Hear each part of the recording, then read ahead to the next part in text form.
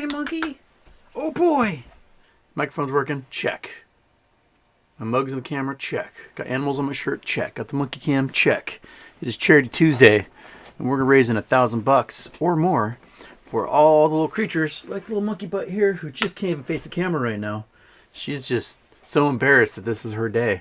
This is her monkey butt Humane Society day.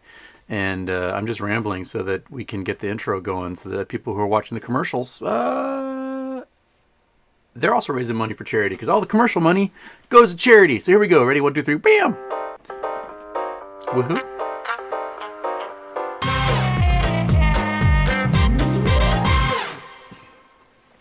All right. Episode 111, 1111 on 2222222 is pretty awesome. It's February 22nd, 2022. We're raising money. We've already at 7.7% of our way to our goal to raise $1,000 or more for the Humane Society. Those of you who are watching this later, the donation button will still be down in the bottom right corner. So you'll be able to donate, a year from now if you watch this video. You should be able to donate and go to that. And anytime you watch an ad on this video, that money, that penny or whatever, will go to the Humane Society as well. So, pretty stoked. I love our Charity Tuesdays. Goodness gracious, you guys have already jumped in here. We're at 10.6% of our way there. Deck P, thank you so much, Deck P. Cruel Kind, a fantastic name. We got Anonymous, Hawaiian Punch, and Cameron Mirza all jumped in there already. And Lugs. And Lugs just squeezed in. So, we're at 12% of our way to our goal. Okay, what I was going to talk about right off the bat is that the VIX is weird. It was deep red across the board with only a few little green oases in the market today, and the VIX went down. What? Like, almost everything went deep red, and the VIX never spiked. Doesn't make any sense. It is supposed to do the opposite of what the SPY does, and it's very weird. I was like, we're going to get some VIX going today, and nothing happened. Very strange. Also, another interesting thing, we talked yesterday about the potential crumbling of the commercial real estate market, and the majority investor in the building where the Nordstrom's is in Chicago. It's a 500,000 square foot building that was valued at $500 million a few years ago.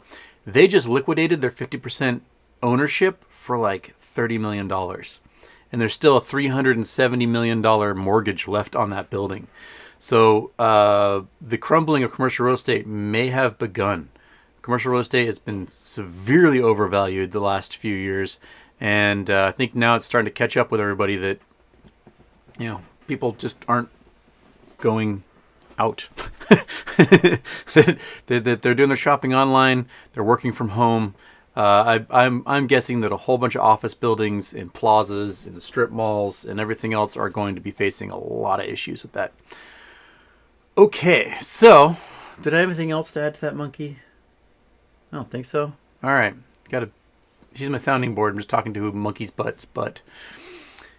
All right, Black Udon. Happy palindrome ambiguum a week from Fat Tuesday. Oh yeah, Fat Tuesday is next week, isn't it?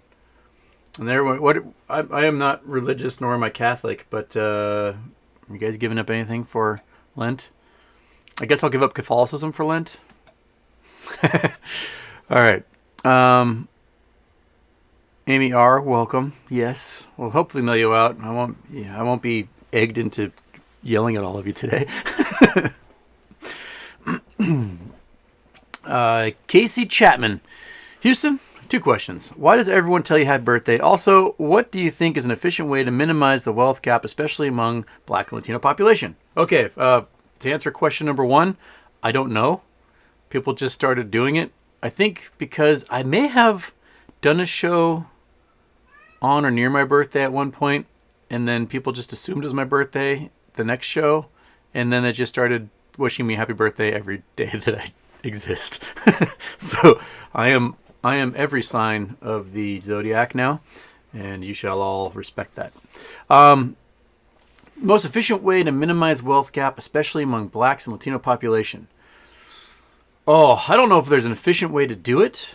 It's going to take a whole bunch of systemic overhauling. Hey, kitty cat. Hey, kitty, come here. Meow, cat, come here. It's your day. It's your day, kitty. Just walk away from me, you little asshole. Okay. And right off the bat, universal health care. Here, come here. Come here, you Dark Knight. Oh. Come here. Come here. Come here. Come here. Go say hi to everybody. While I talk about trying to fix the world. Here's Chupa Batman. Chupa Batman was not adopted from any society. He was adopted from Paws, which is a similar wonderful group. Maybe we'll next time around. Oh, don't you drink my water? Okay, you've had enough of the kitty cat. Go away. So maybe next time around we'll raise money for Paws. Next time we do an animal charity. Okay, so universal healthcare. Boom, right off the bat. People need treatment for all sorts of ailments. And if they're living in poverty, they need more than the rest of the people. I also think raising the minimum wage. We should have a minimum wage that's, upwards of $20 to $25 an hour in this country. There's no reason anyone who works 40 hours a week should live in poverty. Other nations have managed to fix this. You go to Denmark, you pay less for a Big Mac. That person behind the counter is making $23 an hour. They get 6 weeks paid vacation and 1 year of maternity leave. So, and they've got a pension. They've got health care. We need to raise the standard of living by paying to raise the standard of living. Why should I pay $4.81 for a Big Mac in Denmark where the workers are making a living wage? And here in the United States, I'm paying over $5 for a Big Mac, and the workers are living in poverty, or working 3 jobs, or working 90 hours a week. That's not right. If you need someone to do a job for you, you pay them a living wage to do it. Otherwise, you do it yourself. If the owners of those McDonald's can't pay people a living wage, then the owners of McDonald's need to be doing all those jobs themselves. People are like, oh, people will automate and they'll, make robots or whatever. Okay, they can make robots. It's not going to save them any money. You want a robot that's going to flip burgers? You're going to pay $1 million for that robot, and you're going to be paying probably $50,000 to $100,000 a year in maintenance costs for that robot. So you're not saving any money whatsoever by creating that robot to do a human's job. Just pay the human living wage. Plus, I don't want a burger flipped by a robot. I want a burger flipped by somebody who's making a living wage. That's what I'm going to pay for. And we need to get rid of student loans. Eliminate student loans, forgive student loans, make state colleges tuition free, and do what other nations do, which gives students a stipend. So pay the students to go get educated, become an educated workforce. The barrier of education should not be you can afford college because you're rich. That does not lead to a meritocracy. We need to make sure anyone who's capable and wants to can go into a trade or become an expert in a field of study and become an educated, powerful, smart nation. And saddling people with over $1.6 trillion in student debt, which means they're delaying getting married, they're delaying having families, they're delaying buying homes because they're paying off debt that will never get paid off. If you read the news, you read Twitter, you read personal accounts of what it's like to pay off student debt, and you'll have people that had $80,000 in student debt and they paid $60,000 off, and now they've got $140,000 in student debt. That doesn't help anybody. Wipe it out. Get rid of it. Change fundamentally how we send people to college, and allow folks to actually, better their lives without being saddled with debt. We need it desperately. We need an educated workforce, especially if we're moving into an engineering and service economy, and we don't have the factory jobs or the blue collar jobs as much as we did before. I mean, heck, they're mechanizing garbage trucks, right? So I'm a garbage man. You have a guy who drives the truck and then a machine that does all the dumping for them. So you don't have people throwing stuff in the back of trucks anymore. We are mechanizing a lot of stuff, so we need to, allow folks to use their brains in a way that they weren't using their bodies before. as options. So I think those are some big steps. And then last but not least, we need equitable funding of schools across the board so that rich neighborhoods don't have, orders of magnitude better schools than poor neighborhoods, because so much of school funding is done by local levies, where the rich neighborhood, they'll do a $100 million technology budget and they'll buy all new computers for all their schools. But the poor neighborhood, they don't have the tax base to do something like that. So they don't have new computers. They don't get to build a new gymnasium or a new theater or fancy new cafeteria or, put fancy turf on the football field or whatever. They are stuck on shoestring budgets that are grossly inadequate compared to wealthier neighborhoods. And those wealthier neighborhoods give them a fantastic head start. My mom desperately tried to keep us in one here in Bainbridge Island. We had to struggle to live here so that we could go to what was one of the best public schools in the nation. I mean, my public school had a tunneling electron microscope. So there was PhDs teaching the science classes. Other public schools don't have that. And why is there an electron microscope at the school? Because a rich guy bought one and gave it to the school. So, you're not going to see somebody in, a school district in Compton or in East St. Louis with access to that kind of technology. So we need to level the playing field. We need to turn our schools into palaces. We need to pay teachers such a great wage that they don't need to work second jobs or look at maybe I'll actually work in my profession and I'll do engineering or work for a business or a law firm or something. You need people to not just want to teach, but to be able to financially afford it and to put in the hard hours and to do all that stuff. We need to make life better. That's our goal, right? My mission statement when I created this show, if you go back all the way to the first little recorded thing when I didn't have any video, I asked the question, did we create society to make life better for everyone? Or did we create society to drive revenue and maximize profit? I believe in the former. And I hope that we can actually do that someday, rather than, micro scales, rather than having to this little girl made a lemonade stand to pay for her brain surgery. We shouldn't do crap like that. That little girl should just get brain surgery and have it just covered by society at no cost to the family who needs it, because we value human life. And, we don't need 700,000 bankruptcies a year, which are 70% of all bankruptcies, due to medical bills. We don't need folks that, have to pay $2,000 a month in rent, even though if they got a home loan, it would be $1,200 for a mortgage. We need to do lots of fundamental things to improve the society. And I think one of them is, if your rent is currently more than your potential mortgage would be, regardless of any credit history, credit score, or anything, you are automatically approved for a mortgage. I think that would be a wonderful change. Because there's a lot of people who are living in poverty because their rent's so high, and if they had the opportunity to buy a home and build equity, they would save $800 to $1,000 a month right off the bat. And then they could rent rooms to people. They could become landlords of their own, and that's a great avenue towards success and improving lives. There's a lot of things we can do to actually make life better. And the problem is that there's some really rich assholes who don't want people's lives to be better because they're making a lot of money off the status quo the way it is now. And one way to fight that is to help the little animals who can help themselves, and to donate to the Humane Society today on our Charity Tuesday.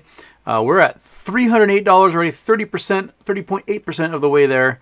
I'm going to run through and do some thank yous. So Luke's the last one.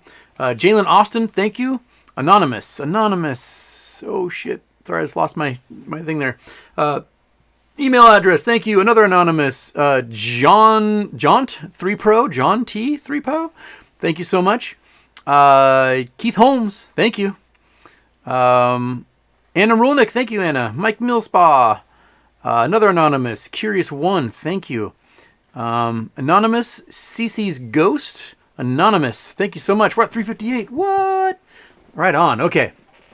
Now let's get back into the question zone here after I take a sip of water.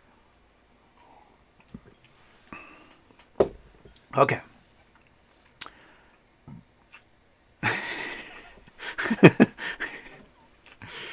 Black, it makes checklist. Let's go through all the items.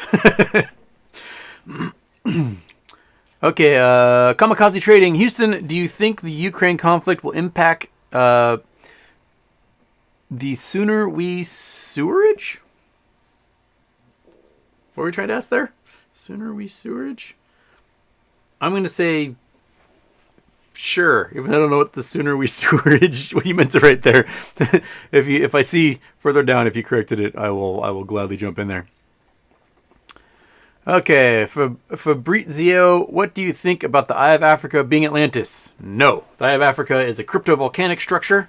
It is the ancient caldera of an old shield volcano that was once on the coast of Africa. There's no people stuff, ancient people stuff from there. I think the Atlantis myth was born out of ancient flood stories. So if we jump to the Google Earth, you gotta go there. Oh wait, you know what? I'm turning off the intro. Haha! Turning off the intro so you guys don't get me this time. Google Earth, bam. Okay, so there are several huge floods that have happened in the Mediterranean region. The more ancient of them, about 5 to 7 million years ago, was the opening of the Straits of Gibraltar. So the entire Mediterranean had become basically a giant desert and salt pan because access to the ocean got closed off after the continents touched and just created a giant natural wall. And about 5 to 7 million years ago, the Straits of Gibraltar here, which is only like 8 miles wide, broke open and huge giant floods roared in to fill up this below sea level salt pan and fill this entire region. So there may have been ancient pre-human civilizations. 5 to 7 million is a long time ago, so it'd probably be cavemen-ish type creatures, if at most. That's a long time. Lucy's only 400,000 years old. So that's the first huge flooding. And then about 8,000 years ago, the Bosphorus ripped open, this channel here, and flooded the entire Black Sea, which was a giant salt pan.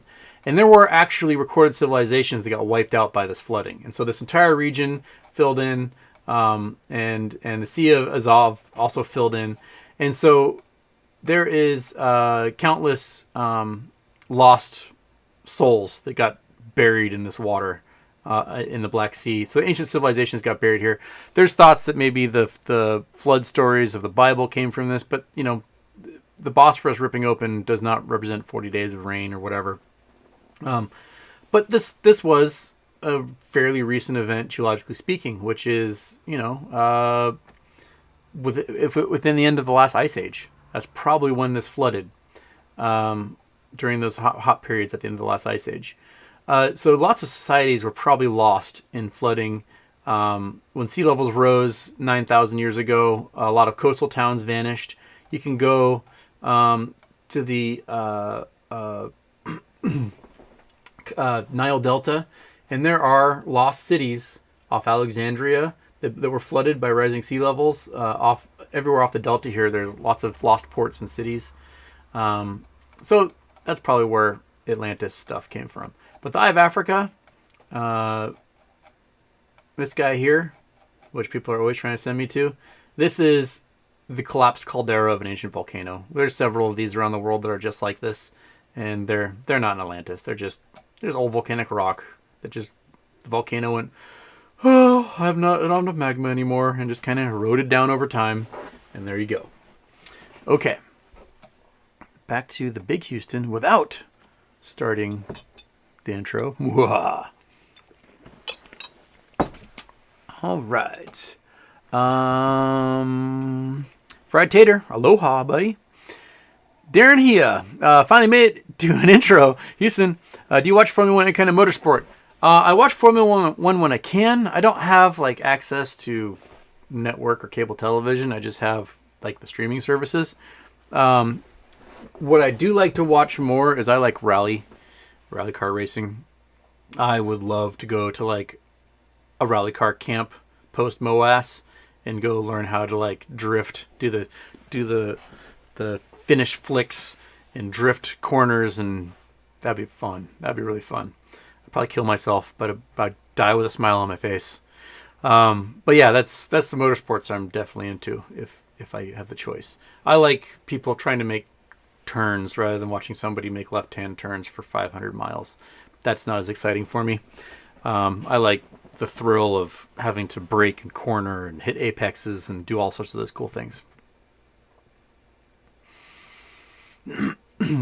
Not my name is Tesla over. It has the same chart as AMC GME. Lots of negative articles out. Is it still an infinite squeeze, or did it finally top out at 1200 and now going to drop like the rest? That's a good question. Because Elon increased the float by $30 billion in stock or so recently. They are having massive quality problems with their cars. The JD Power Associates has them as like the least quality vehicle that's being produced right now, when 10 years ago it was the highest quality vehicle. They have lots of issues in their manufacturing plants. They're going through discrimination lawsuits. They're going through union problems. They're having some issues. And it doesn't help that all the other auto manufacturers who have, 100 years or more of manufacturing experience in supply chains and know-how, they're also now producing really high quality electric vehicles.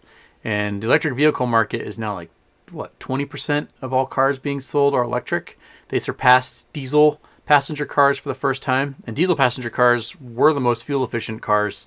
Especially the European diesels, you get 80 miles to the gallon with a mid-sized car with those things.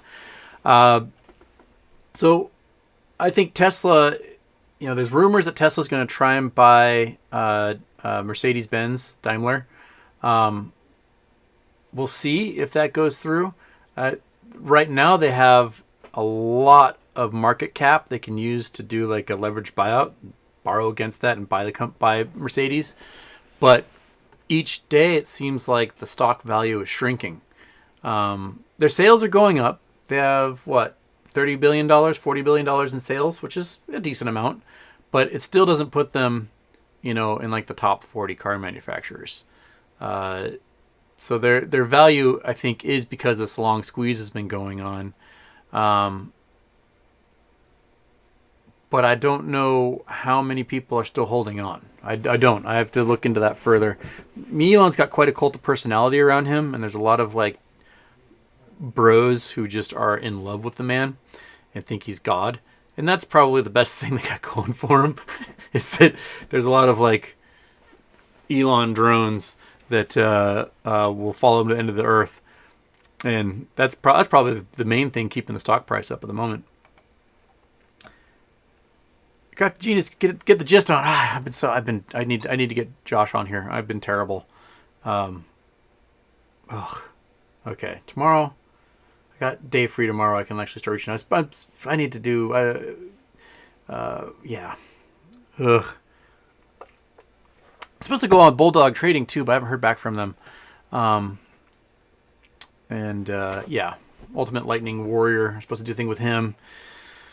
I need like a secretary or something. Okay, J-Dog, just watched Big Short. Much more appreciation, understanding for the movie these days. Yeah, they do a really good job actually explaining that stuff. There's a few movies or series out there that do a great job explaining really complex situations in a way that the average layman can go, oh, that's what happened. The Big Short was one of them. The HBO Chernobyl series, or BBC, was also part of that. That was one of the most phenomenal and easy to digest explanations of complex nuclear physics I've ever seen. And everyone involved in that show should just have a giant pat on the back. It was phenomenal. But yeah, the Big Short is a great way for people to get introduced to a lot of these market mechanics that they just, no one's ever explained to them before. I think they did a great job with that. And Daphne, thank you for getting everyone in there to donate. Thank you. And Project Sun as well. And we're at $467. We're almost 50% of the way to our goal, and we are 15 minutes into our show? 25 minutes into our show. 25 minutes into our show. Crazy. That means I've got a whole bunch more thank yous I got to get done here. Where were they? Anna and Mike. Okay.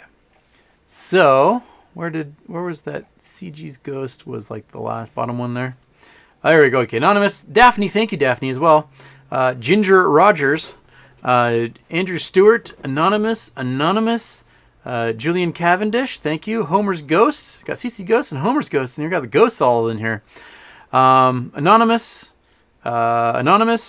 Man, we're at $487. $487, monkey. That's like 5 animal adoptions right there. That's 5 whole animal adoptions, buddy. Yeah. Somebody can get their own monkey butt. Yeah. Isn't that exciting? Just getting side-eye. Okay. All right. Scrolling back up so we can get back to the questions. Okay. That's the Atlantis one. That's the Tesla one.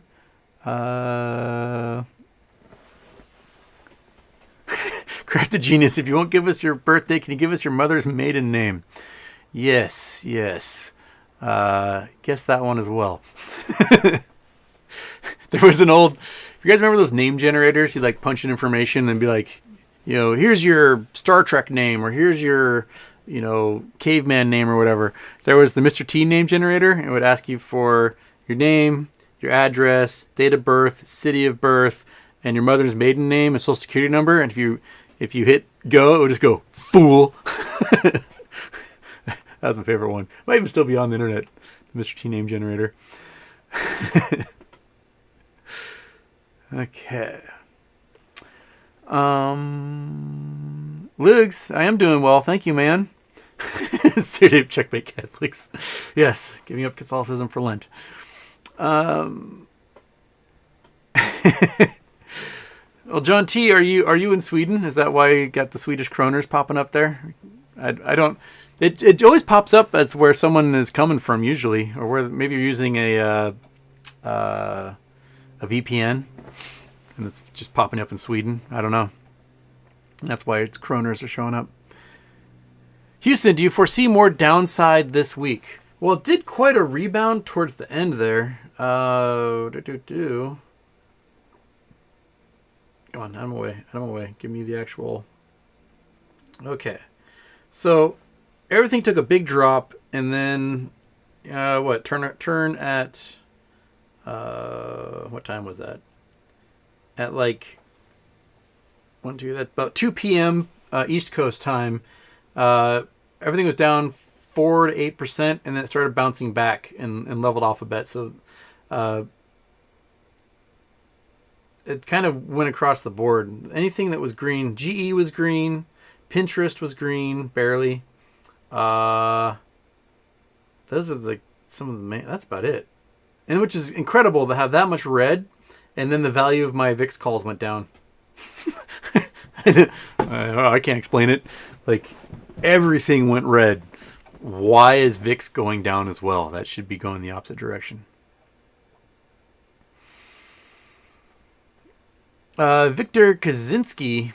Did I say that right? Kaczynski?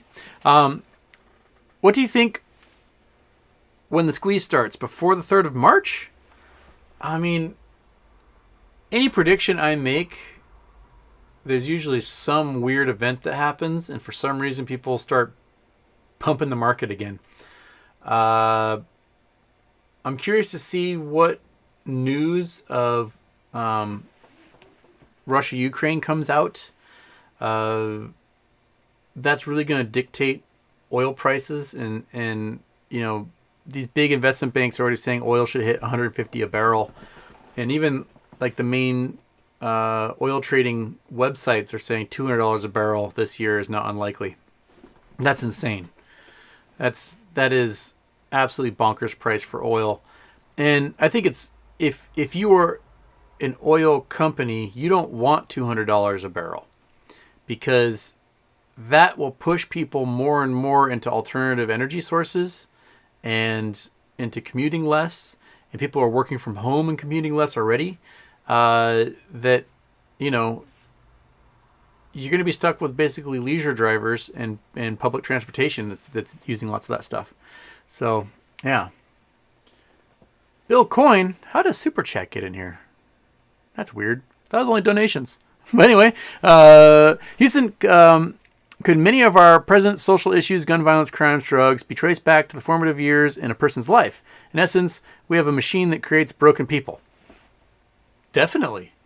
I mean, poverty is the greatest indicator of if someone's going to go to prison or not. That and being male. By the time a man is 50 years old, half of all men by the time they're 50, how should I phrase this? Half of all men in the United States by the time they're 50 have been arrested. That's an incredible stat. That is bonkers. So half. That means half of the men by the time they're 50 in this chat right now who are Americans will have had handcuffs on their wrist and taken to a precinct for processing by the time they're 50 years old. That's wild. That's a crazy stat. And that's, you know, I went to school in Hawaii, and in Hawaii, 25% of the kids in public school, 1 in 4 kids in public school have a parent actively in prison, incarcerated. So 1 in 4 kids going to public school in the state of Hawaii have at least one parent in prison at any moment. That's a horrible stat. Poverty begets crime. And if you want to lower crime rates, you need to raise standards of living. People who have high standards of living don't need to join gangs to survive or for protection. They don't need to commit petty crimes or grand larceny or steal cars. They're living in a comfortable life that's not on the edge, and they need to access to a comfortable life like everyone else. You know, people who are abused are more likely to abuse in the future. I can think about, you know, in my own family, my grandmother on my dad's side, she was the youngest of 9 children, and her parents were violent, abusive alcoholics. And when she was born, her parents died shortly thereafter. She was born in... She's old. My dad's old, so she was born 1894, and her parents both had died by 1906. So she was like a teenager by the time they had died. And so her last few years of being taken care of by her siblings, and her siblings were all alcoholics. And she never had a drink of alcohol in her life, but she grew up with the mentality of kind of an abusive alcoholic and was just awful. She was really, really abusive. And that stuff carries on and can be seen in you know, throughout generations. And so if we want to break cycles, we have to first change the environment people live in, improve their environmental situation, and we have to be able to therapize people. In the United States, people in the United States have more mental issues and neuroses than pretty much any other industrialized nation in the world, because we've got so many people who are constantly on the brink. And that stress and struggling to survive really affects people's mental ability. That whole, like, what doesn't kill you makes you stronger, that's not necessarily true. Oftentimes what doesn't kill you leads to debilitating mental illness. Like, you know, PTSD, trauma, borderline personality disorders, you know, things that can be treated with cognitive behavioral therapies and DPD. We don't have the system that's designed to handle that stuff. We don't have enough doctors, we don't have enough nurses, we don't have enough hospital beds, and all that stuff is right now in the pandemic is being like being drained. Everyone's exhausted. But it's interesting too, like environmentally speaking, it's really hard to figure out the correlation and causation between the massive drop in gun violence in the early mid 90s. So 1990, super violent. Murder rates across the nation in the United States are like twice as high as they are now. And 2 things happened. One, the Brady Bill and the assault weapons ban. Those two bills happened at the same time as we removed lead from our gasoline. So, could it be that people had less access to guns and were shooting less? Or could it be that the youth who were in these gangs, all of a sudden, their brains and bodies weren't being poisoned by lead in our atmosphere constantly? And we know that lead poisoning leads to all sorts of cognitive issues in children. I mean, just look at the horrors of what's happened in Flint with the contaminated water supply and all that lead. And if your frontal lobe isn't as developed because of lead poisoning, you are going to be more violent. And so, was the combination of losing access to guns combined with the fact people's brains weren't being poisoned with lead anymore, or was it one over the other? It's really hard to make that claim. I'll be curious to see how gun violence does in Mexico, because Mexico only got rid of leaded gasoline a few years ago, and I would love to see the stats as time goes on and see if those drop as well. Yeah, where was I going with that? I don't know. Take a sip of water. That's a good question, Bill. It's an excellent question. Okay. And J-Dog has given me coordinates. Somewhere tropical. Is this Caribbean-ish? Oh, it's east. So that's not going to be Caribbean. That's just going to be Southeast Asia-ish. Let's see. Where are we going? We're going. Well, South Asia. Going to the Maldives. We are in a lagoon. Somewhere in the Maldives. Which lagoon are we in? That's just the Maldives in general. Oh, I would not go here so bad. Look at these little islands. They're so cool. My little sister got to go here. She was working in Australia, and when the huge fires hit Sydney 2 years ago, her company was like, "Get the hell out of Sydney, and you can go, just leave." And so she and a bunch of her coworkers went to the Maldives and just worked remotely from there and just had a great time for like 3 weeks while Sydney was just caked in smoke. But these archipelagos are really cool. These are all ancient volcanoes. So each ring of islands and these little atolls, these are sort of the outer rim of the volcano. The lagoon is where the caldera of the volcano was. And what happens is the volcano erodes away, and as it erodes away, it creates beaches. And those beaches become coral reefs. And eventually the volcano sinks under the ocean, but the coral reefs keep building because the coral's alive and just keeps building on top of old coral. And so the lagoon is basically where the old caldera was, and then the ring of island is just coral on top of coral on top of coral for millions of years forming. And so they form this way and they make these little lagoons. Every once in a while, you can go to island chains like Hawaii, which is, starts from a volcano, goes out into atolls, and eventually becomes seamounts. And you can go down to some of these atoll rings. So like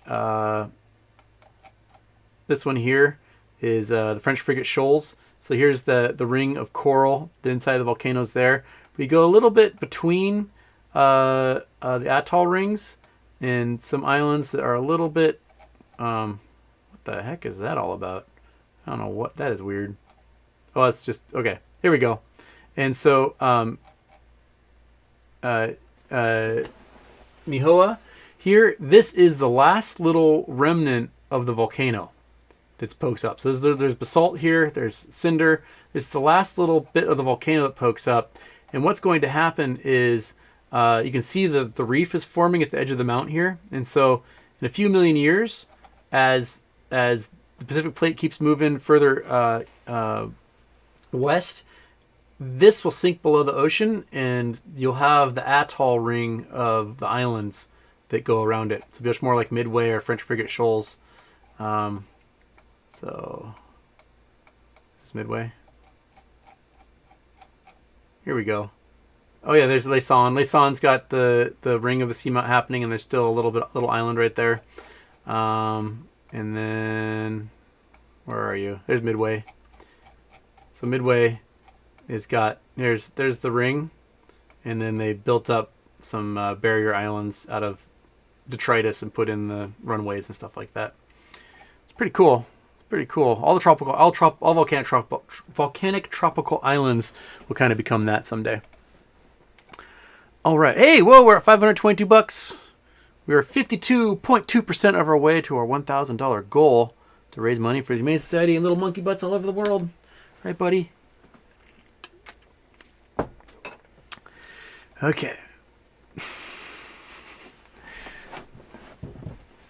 Okay, Drew. If $4 million in interest and savings accounts earns around $200,000, like you said, does that mean $100 million would earn you about $5 million a year? Just curious for post-MOAS purposes. Well, yeah, basically. And it's not like savings accounts won't net you that kind of money anymore, like they did in the 80s or the late 70s. But throwing that money into in a fund that pays annuities, totally. You should be able to, with certain vanguards and stuff, you should be able to get 5 to 8% no problem in annuities every year, or you dividend stocks, things like that. There are funds that pay out pretty high. The S&P 500 has averaged 8% for the last 70 years. So, just dumping your stocks into that. You may have a bad year on a bull market every once in a while, but after that, it just grows again. Yeah, so I would look for 5% and then be stoked for anything above that if you're just gonna be passively investing. And then to actively look for stuff and I'm gonna follow this stock and day trade. Who wants to day trade when they're worth $100 million? Just go enjoy your life, man. Go travel, go meet people, walk a Camino, go sailing, go camping, luxuriate in a hotel, volunteer, do other things with your life. Once you've got $100 million, man, you made it. You don't need to do anything else. Why? Let somebody else have the opportunity now. Step aside. Be like, I'm worth $100 million. Young person, you go make your $100 million now. Just step aside. You don't need it anymore. Go enjoy life. You've got generational wealth now. If anyone that comes out of your genitals, they won't have to do anything anymore. Yeah, they won't be able to buy a submarine with $100 million, like a Bond villain type one. But $100 million is a good level. Keeps you from being a Bond villain. Once you're like Elon Musk rich, the chances of becoming a Bond villain are really high because all of a sudden your megalomania can buy anything. So I think being moderately grotesquely wealthy is a good place to be. You won't be able to buy private militaries or overthrow governments with that kind of money. So you can live that life of luxury and do good with it as well at the same time. So yeah, try not to become a Bond villain. That's my advice. Give up being a Bond villain for Lent. Okay. Anna Rulnick, Houston, I am a mother of a teenage son. Do you think they will reinstitute the draft if the Russian conflict escalates? No. Anything that happens in Russia will be proxy. The Russians did a bunch of drills with the Belarusian military a few months ago, and they had lots of morale problems. The Russian soldiers getting drunk and selling off equipment and fuel, and it's. And they're conscripting people currently. They're in Donetsk in eastern Ukraine, and the Russian soldiers moved in there, and they're conscripting citizens from that part of Ukraine into the military. And morale is not high. They don't have very high wages. They don't have very modernized equipment. It's pretty miserable to be in February in basically the tundra, muddy tundra, trying to be an occupying force. It's not fun. And those guys, I retweeted a tweet that said, my wife's Russian. She said, if you wanted to demoralize the Russian military, you offer European citizenship to anyone in the Russian army, and the military would be gone overnight. Russia right now is not a country you move to. It's a country you immigrate from, because the sanctions have made it really miserable. And sanctions combined with the kleptocracy have made it really miserable for the average Russian. If, in the 1990s and early 2000s, they asked high school students, what they wanted to be when they grow up. And the number one answers were mafioso and hard currency prostitute. You are failing your entire generations when those are the two things that high school students see as their options in life. Mafia enforcer or hard currency prostitute. Oof. That's brutal. And, and the sad thing is that Russia is incredibly educated. Over 50% of all adults have college degrees. They have more doctors per capita than almost any country in the world, except I think Japan. They have these really high levels of education. They have really high levels of human infrastructure for things like that. But they don't have the pay. They don't have the economic growth. The GDP is shrinking. And they got a huge problem where overeducated, underemployed men are just drinking themselves to death. And that's rough. That's entirely a function of the kleptocracy. If you're outside St. Petersburg or Moscow or like a vacation or oil port, the other 6 million square miles of the country is fairly impoverished. The quality of life has dropped in the last decade significantly. But I don't think it'll be American soldiers versus Russian soldiers anytime soon. I think it will be Russian soldiers in eastern Ukraine giving up their lives in guerrilla warfare style, and lots of sanctions basically freezing any cash in or out of Russia, and Russia's going to get closed off from everybody.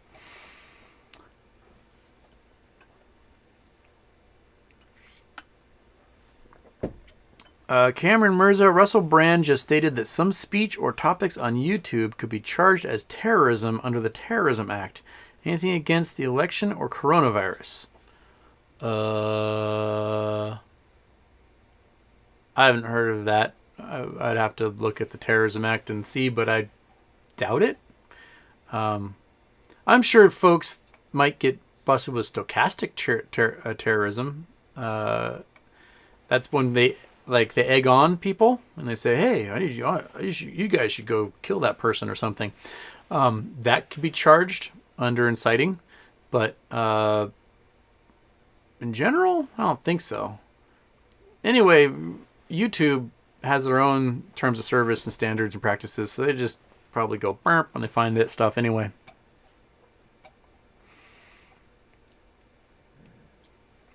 Okay. Fred, why not make minimum wage $50 an hour? Why not have a maximum wage? I'm actually for a maximum wage of sorts. I would say, you cannot make an executive pay higher than 15 times the lowest paid worker at your company. Something like that. So if your lowest paid worker is making $7 an hour, at most you can make 15 times that.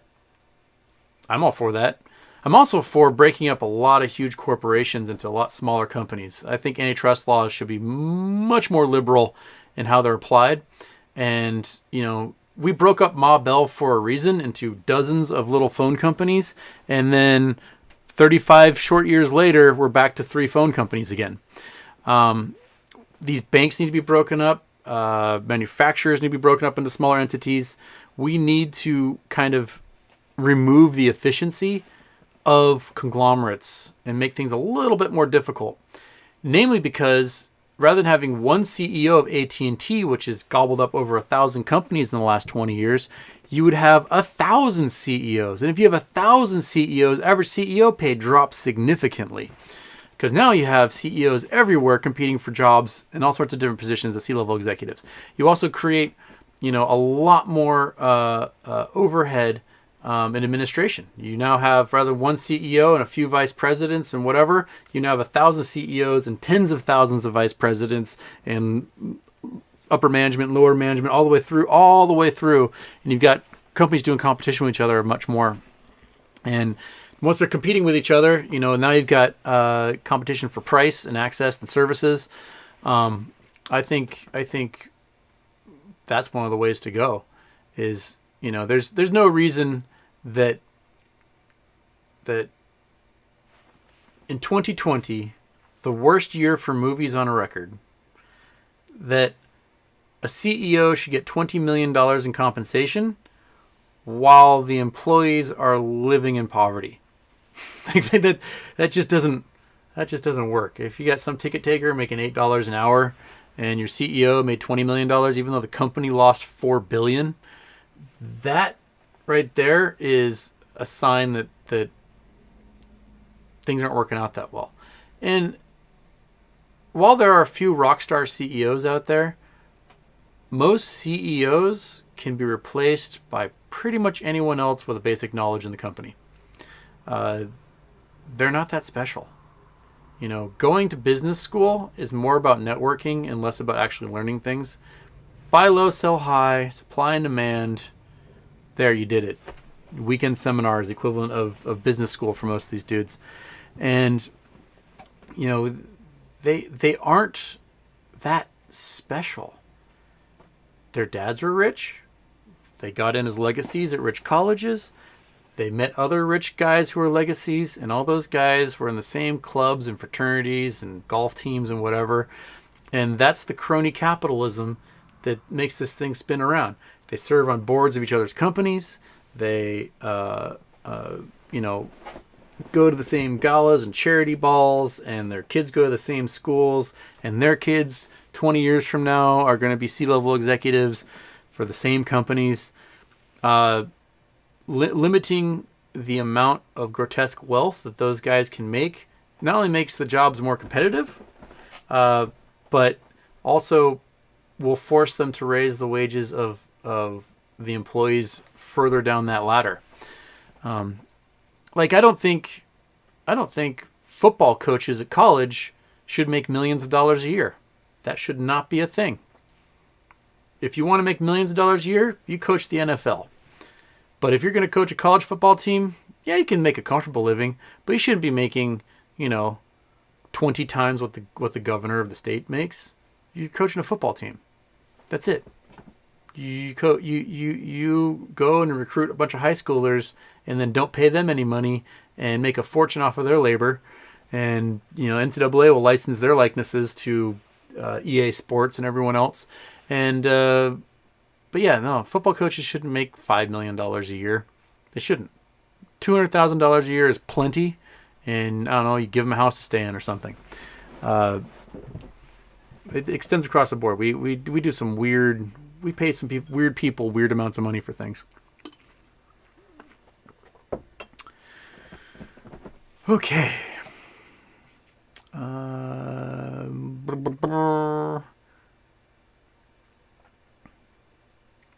Sleepy Vampire, if everyone has a bachelor's degree or high school diploma, would you hire the guy with a master's degree? It depends if the job requires a master's degree or not. I think, while having a college education can lead to higher earnings over life, I think it's more important to have college-educated people so we don't have a bunch of dipshits.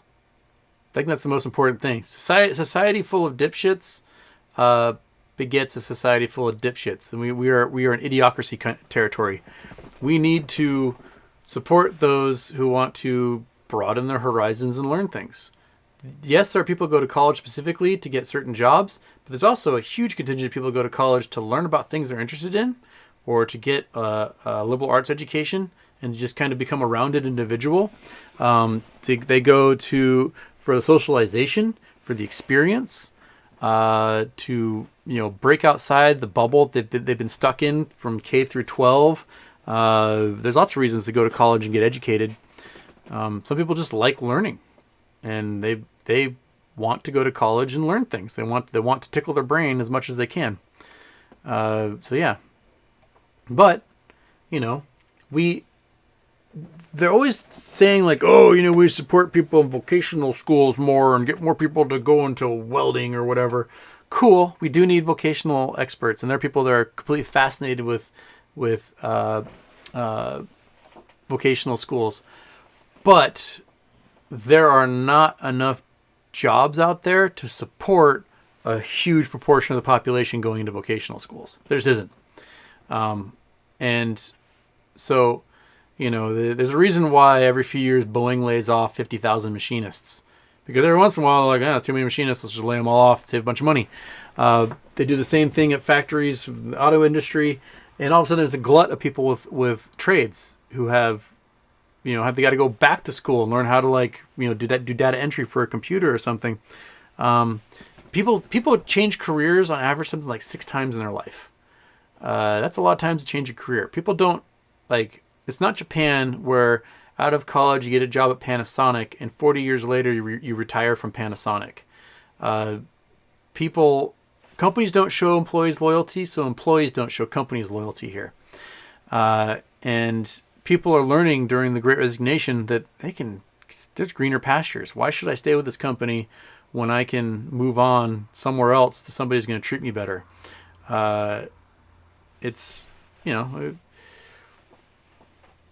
You're going to hire the person who can get the job done and, treat them like a human being to do that. There was a great thread I was reading. I can't remember if it was on Reddit or if it was on Twitter. There was a guy who has a computer program and they do some sort of, I don't know if it's like a tax thing or something, but there's this company that was facing penalties and they needed this whole system redone. And, every year between Christmas and New Year's, he takes off. He's like, that's my time. That's my vacation. I take that time off. If this company wants me to do that work for them, they have to get it to me weeks ahead of that. And 6 months had gone by and the company hadn't gotten the stuff he needed, hadn't gotten the stuff he needed. And if they didn't get all the stuff done by, December 15th or whatever, they're facing millions of dollars in penalties from the government. And this dude keeps telling me, you got to get the stuff to me because I'm going on vacation, Christmas to New Year's, and I am not doing any work during that time. And so the companies, they're like, whatever. And finally they get penalties and he goes on vacation and they're freaking out. They're like, how dare you? This company is losing $150,000 a day because you weren't here to do the job. And he's like, hey, I told them for 6 months to give me that stuff. It's not my job to do their job for them. I can do it once they get the information to me, but now that they missed that, this is on them. I'm on vacation. I'm spending time with my family and friends. It's the holidays. And so he resigned his job. He's like, I quit. That's it. I'm not going to work there anymore. And like, oh, you're letting everyone down. You're costing people so much. He's like, hey, you want me to fix this for you? It's going to be $200,000 and I'm a contractor. I'm going to fix this and I'm done. How dare you? He's like, look, they're losing, $1 million a week. The $80,000, $200,000, whatever you're going to pay me to fix it is chump change. So they can either keep losing $1 million a week or you can actually pay me what I'm worth. And, we're going to have to lay off 100 people at this company because of you. And he's like, no, it's because of you. I did what I was supposed to do. I went on vacation when I told you I was going to go on vacation because I go on vacation that same time period every year. And, tough tits. And, we are currently in an economy where people can do that and they can move on to another company that's going to entice them. It's going to pay them more, give them more benefits, treat them like a human being. Because when you're hiring and you desperately need to hire somebody, you have to acquiesce a lot of that stuff. So I think we're kind of approaching that realm here. Okay. Whoa, goodness. We're at $654 raised for the puppies and the kittens. 65.4% of our way there. Let's see here. Let's try to do some thank yous. All right, there's Anonymous. Michael Steegs, thank you. Truth Seeker, thank you. Travis Wright 13, thank you so much. Dawn, thank you, Dawn. Mary Jane Melichori, I hope I'm saying that right. Thank you so much. Another Anonymous. Anonymous, thank you. Tyler Connor, thank you so much. Andrew Stevens, thank you. Anonymous, thank you. Goodness gracious, 654, 65.4% of our way to our $1,000 goal, and we are 1 hour in. Woo! Monkey, we are going to get those creatures all the help they need, right? Okay, that just means I'm an hour behind in the chat, of course. And okay, well, I scrolled down so far that I cut off a whole bunch of pieces of that. So there we go. So if I've missed your chats, I'm sorry. I'm gonna try to get too many of them. As many of them as I can. Okay.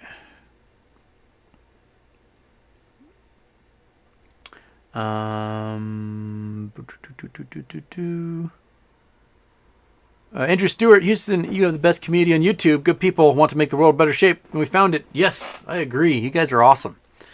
And Charity Tuesdays are like the best example of that. Sleepy Vampire, flipping burgers is not meant to be a career. If it is, aim higher. Okay.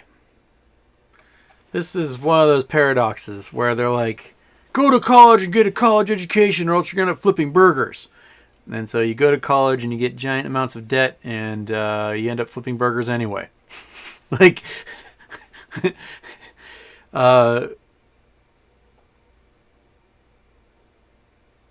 you can either and if you are flipping burgers, you should still make a living wage at it. You should still, no matter what career you choose or are forced into, you should still make a living wage. If what your employer is paying you is poverty wages, then that employer should not exist.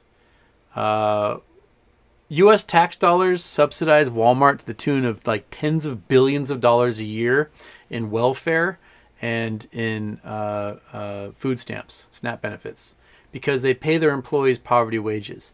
And so we have to supplement with our tax dollars, right? A company that makes tens of billions of dollars in profit every year, we have to supplement the underpaid workers they have with our tax dollars, which is garbage. We should not have to do that. If you have a company and you hire someone to do a job, you should be required by law to pay them a living wage. And yeah, you can tie that thing to inflation, whatever, I don't care. But other countries have managed to succeed at doing this. You still need people who flip burgers. You need people who pick up trash. You need people who mop floors. We need those individuals in our society, and they should be paid a living wage to do any of that work. There is not a person in a white-collar job that could actually successfully flip burgers the way a person who flips burgers could probably do that easy, cushy, white-collar job. It's work harder has nothing to do. The hardest working people you know are making minimum wage. Those are the hardest working people. They're working 3 jobs. They're struggling to survive. They usually came from nothing, and they're going to end up dying with nothing. And they work extremely hard, and they shouldn't have to. No human being should have to work 90 hours a week. The only reason you should be working 90 hours a week is because you just freaking love it, and you just can't get enough. Everyone else should be entitled to free time with their family, time to sit down and relax. You just pay people a living wage. It's that simple. The money's there. We've got family funds with $7.7 trillion invested into them in this country. These private family funds. Tens of trillions of dollars are in hedge funds. The money is there. We have more than enough money to make sure everyone has a comfortable life, but it's being taken by the folks who refuse to pay those folks to have a comfortable life. And there's a story about a pizza restaurant this summer in Florida that was celebrating like their 20th anniversary, and the owner of the restaurant was like, you know what? All the profits tonight is going to go straight to the employees. And then each employee who worked in that restaurant made the equivalent of like $73 an hour for that day, for the 20th anniversary of the restaurant. And the employee's like, wait a minute. You pay me $2 an hour plus tips from the customers, but you make, for all 50 of us employees, the equivalent of $70 an hour for every single one of those employees? And the owner's like, yeah. And like, we quit. Right? Like, people don't need that much money, man. They don't. Pay your workers a living wage. Don't pay them $2.15 an hour plus tips. That's garbage. Pay them a living wage. If they're doing work for you, make sure that they can afford a home and their car insurance and a phone and food. It's that simple. It's that simple, man. Coffee. Hi, I'm new to this channel. My name is Susie. Well, hello, Susie Coffee. Okay.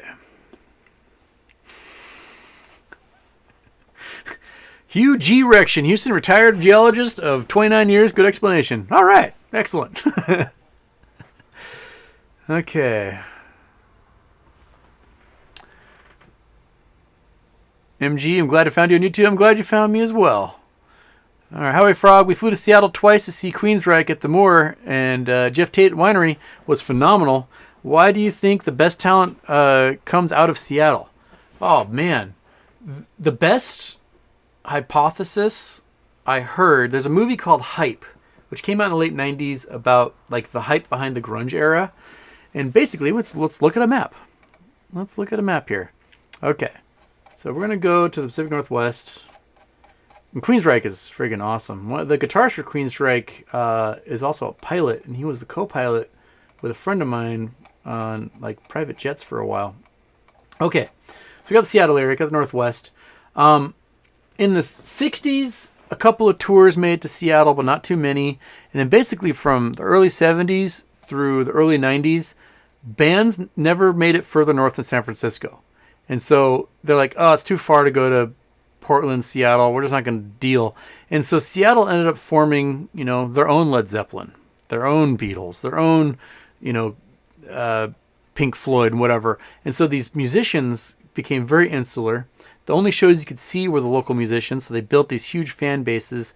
And then companies like Sub Pop Records signed them all and started releasing their music. And before long, everyone else in the country was like, holy shit, there's some really good musicians coming out of here. And so, starting with like the band Heart in the 70s, building into early grunge like Malfunction, and then Mother Love Bone and Soundgarden and Green River and Pearl Jam and Nirvana and Queensryche and who else? Metal Church. I was in the Candlebox, the Posies, Presidents of the United States of America, Alice in Chains, Screaming Trees. Oh, I love the Screaming Trees. There were so many bands in such a short period of time because they were so honed and they were so conditioned to playing medium-sized venues and bars and nightly. They were just tight. It's just tight, so tight they call it Virgie, these bands. And so when the grunge era was like released upon the world, there were so many ready bands that had chops and didn't have to prove themselves because they had already like filtered through this whole system, and it was totally incestuous. These bands, they played with each other and were on each other's albums, and you can like look at the liner notes and be like, oh, Kim Thale played in this President's song. Oh, Chad Channing of Nirvana played with this band, and then they bounced all over the place, and they all knew each other, and so. I think that's a big reason why that, and it was pre-internet, and so all winter long it just pissed rain, so they sat in their basements and played their guitars. So, that's kind of either became a grunge musician or a serial killer from Federal Way, and that's kind of how the 70s and 80s went if you were growing up in the Northwest, pre-internet. So now people just go on the internet all day long, and I have no idea about their musicianship skills, but yeah, so that's a big reason why there were really great bands that came out of here. And then by the late 1990s, early 2000s, Seattle made the huge mistake of electing this DA named Mark Sidran. And Mark Sidran was a conservative asshole who was like, no one should be allowed to dance. And so he shut down all these all-ages clubs, which had fostered so many of these bands to form over the years. And the Seattle music scene by like the late 90s was dead because there was nowhere left to play. And so all these bands that grew up in Seattle couldn't make a living here, and they moved to Austin, they moved to Nashville, they moved to Boston. They just left the city because there's nowhere left to play. And Mark Sidran completely ruined the music scene in Seattle. Yeah, so there you go.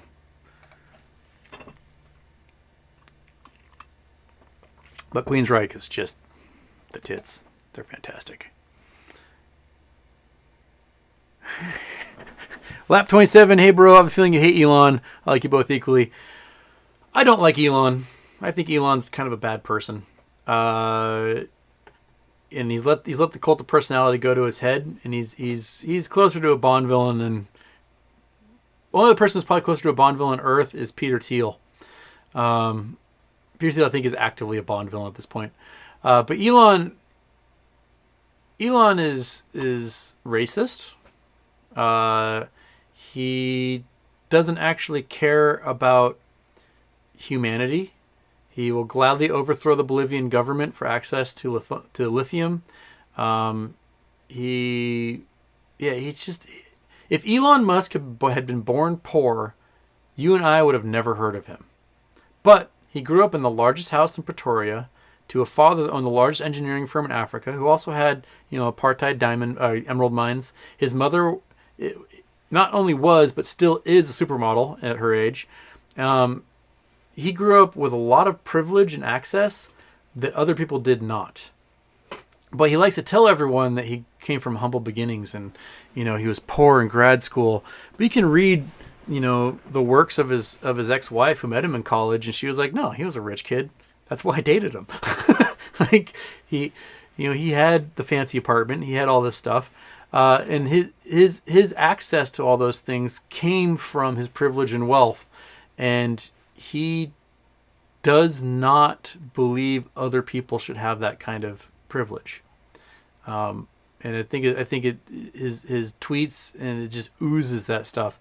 And he manipulates the markets, and he benefits greatly from it. And he tries to avoid doing the right thing whenever possible. I don't think Elon is a particularly good person. He was an abusive husband.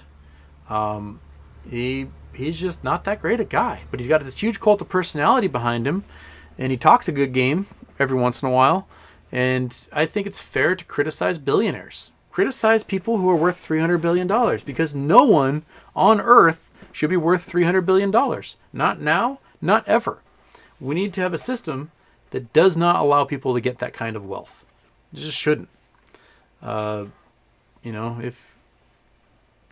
it should be something like, if you take a company public, at most, you're allowed to own 5% of the company. After that, that's it.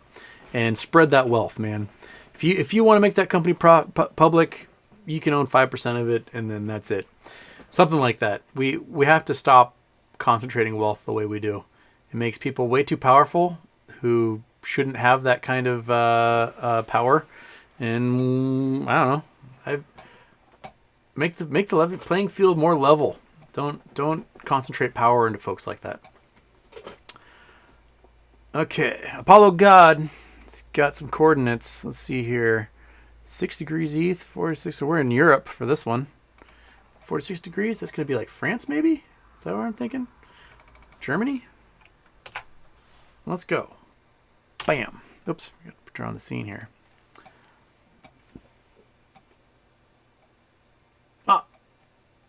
Switzerland? Is that where I am? Where am I? What town am I in? Yes! I'm in Switzerland. Okay. I think. No, I'm on the French side of the border. No, I am. I'm in Switzerland. Okay, so why am I in Switzerland? Is that Lake Lucerne? Is that what I'm on? Quite fun for nature. Geneva's there. Okay. Where am I? Somewhere in Switzerland. There's a field. There's some trees. Am I about to see something weird if I go in here? Let's find out. Okay. Trees. Park. Building. Cars. Building. Apollo God has led me astray. I don't know what's here. Which means we gotta scroll out and probably have to... is there a time map here? Okay, we can go back to 1985. Okay, nothing 85. This is 2008. Greenfield again. 2012. Greenfield again. 2015. Expecting to see like a giant dick or something. And modern day. Nah, I don't see anything. So that's 2020. Apollo God, why did you take me here? What use was it? I don't know. Oh, child in bin. Oh, there's a child in bin. Is that what I missed? Oh, I didn't read the rest. I just saw the coordinates. All right, I gotta zoom in and see if I'm missing a child in the bin here. Okay, there's a car. There's that. Whoop. There's the bins. I don't see a child in one though.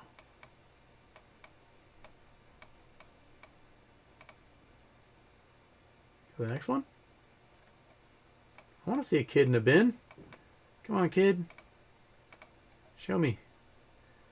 I want to see a kid in a trash can. Ah. Oh, no. I'm not seeing it. C'est la vie. C'est l'avant. All right. I'm going to exit Street View. We are going to go back to Big Houston. Nope. Oh, shit. No, was that? No, sorry. You guys didn't see that part. I forgot that happened on the Google Earth. But I didn't see a kid in the bin. I was looking. I didn't see one. I'm sorry. Okay.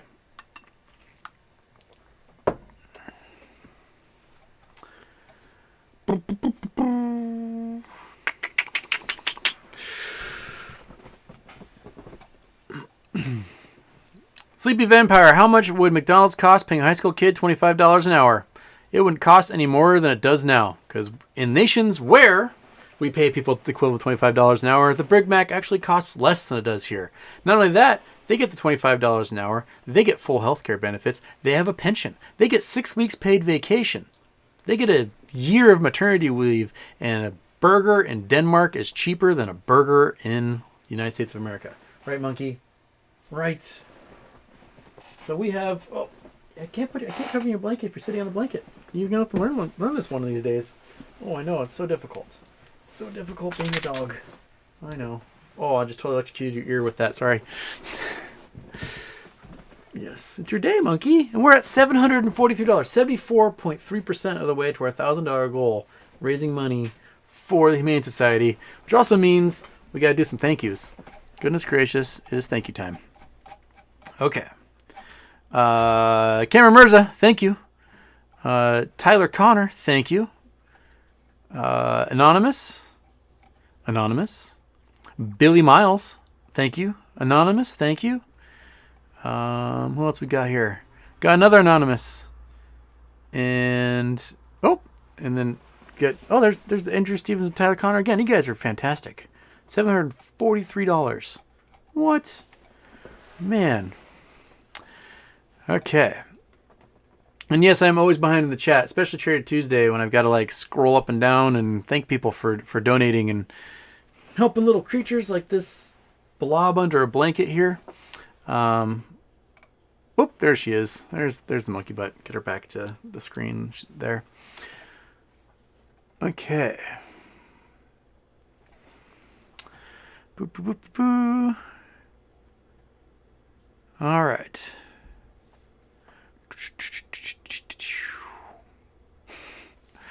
All right, you got it there. Sorry, by scrolling down, and I scroll back up, I lose a huge chunk of the chat. Just vanishes on me. I guess the cache can only remember so many.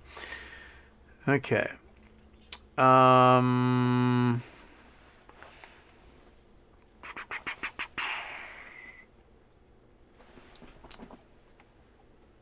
Okay.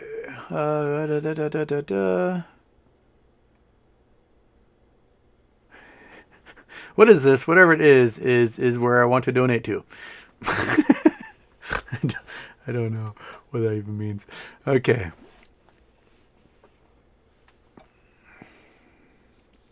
Okay. Coffee, donuts, and Homer. PTSD is transferred generationally. Yeah, that's very much true.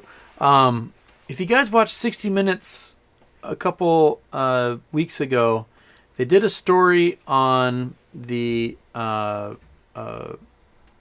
native schools in Canada, which there were similar things in Australia and South America, United States, often run by the Catholic Church, and they basically stole these kids from their families and tried to abuse the ethnicity out of them.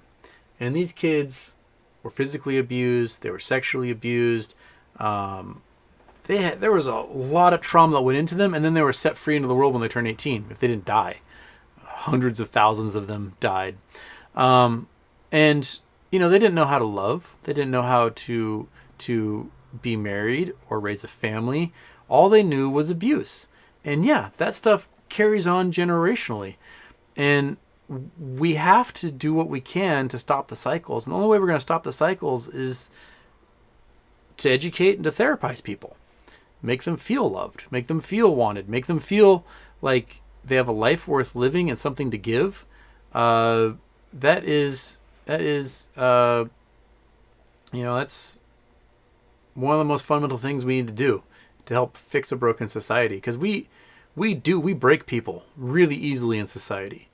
One of the weird things, like, if you've got a mother who lives in poverty, and she's a single mom, she lives in poverty in the United States, Child Protective Services will come and steal that child from the mother and give it to a foster family, and then pay that foster family $1,200 a month to raise the kid.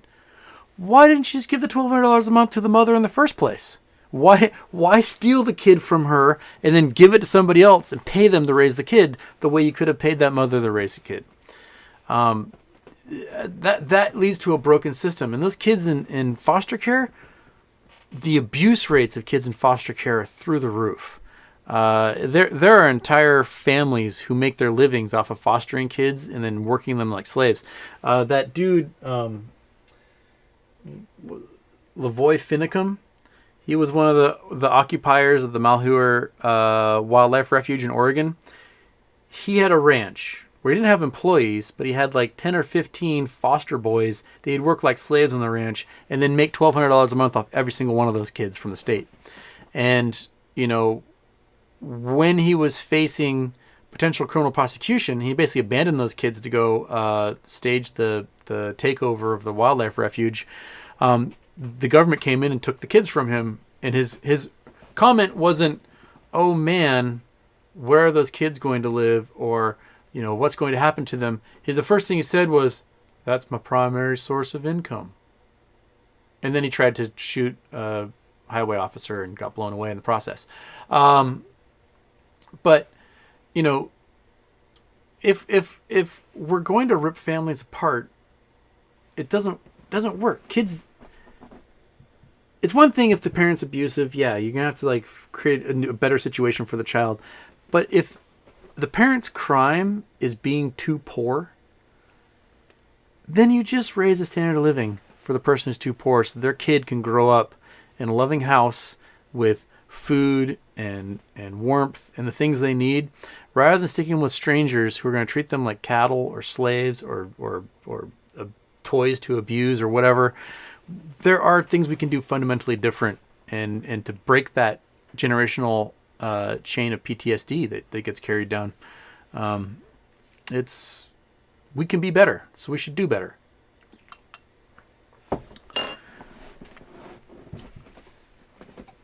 Okay. Bill Coyne, I've noticed all the insane crimes now, robbing stores, carjacking, drive-bys, all have one thing in common. People committing them are in poverty. Yeah. People who are rich don't need to do those things. They don't. They do white-collar crime. They don't pay their workers enough. They steal wages. They illegally naked short stocks to the tune of billions of dollars. They do that kind of crime. Okay.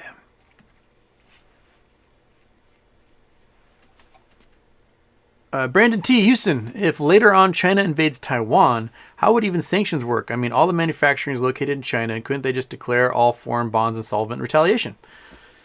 Yeah. I think China invading Taiwan will be a very, very sticky wicket. Which is, I was talking yesterday's show that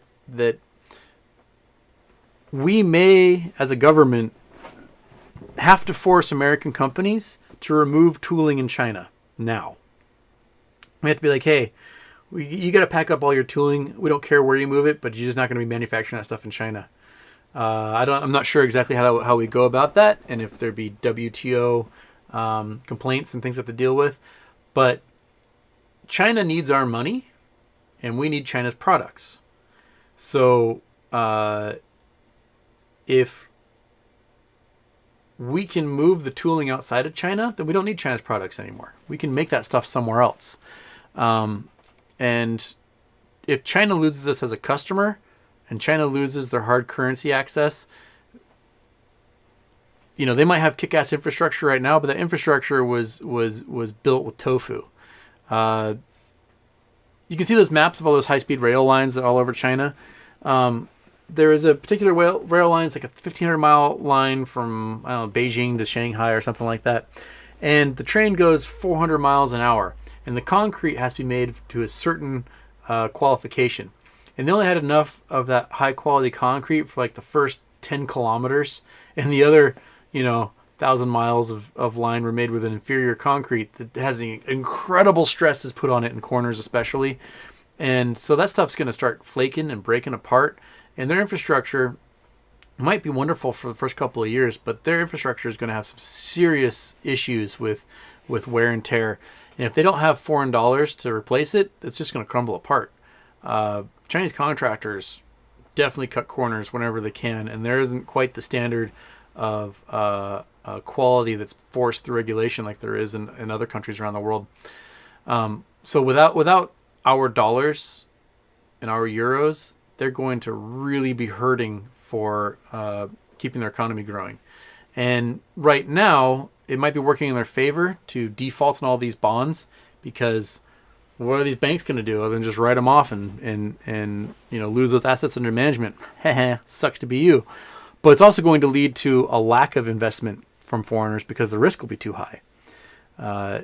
If you got burned for $9 trillion in bonds, what's the likelihood you're going to invest into bonds again in that country? Zero, man. Not a bit. And so, yeah, that's kind of the weird stalemate I think we may find ourselves in. China invading Taiwan is going to be bloody. I think China could take Taiwan if they wanted to, but it's going to be bloody, and it's going to result in, probably guerrilla warfare for years until they manage to clamp down entirely. And by then, we'll have stopped investing in China. And is Taiwan worth it to China?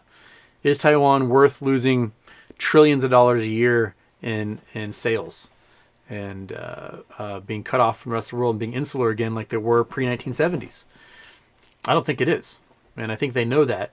So they're going to rattle sticks and do whatever they can to puff up their chest. But I don't think capturing Taiwan will result in the end game they want.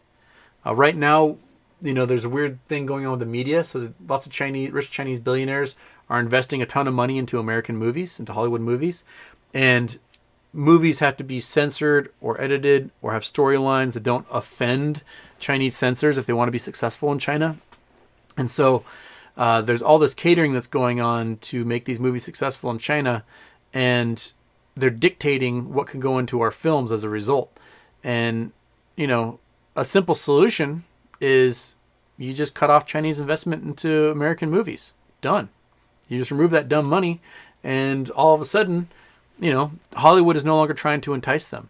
You can see NBA players being forced to curtail their criticism and critiques of the Chinese government because the NBA makes so much money off the Chinese, and they don't want to dare offend the Chinese in case they won't show NBA games there or sell the jerseys or whatever. And that might just be like, oh well, you have to make money off Americans, I guess, which you can already do plenty of. So we may be facing all sorts of weird choices that way in the coming years.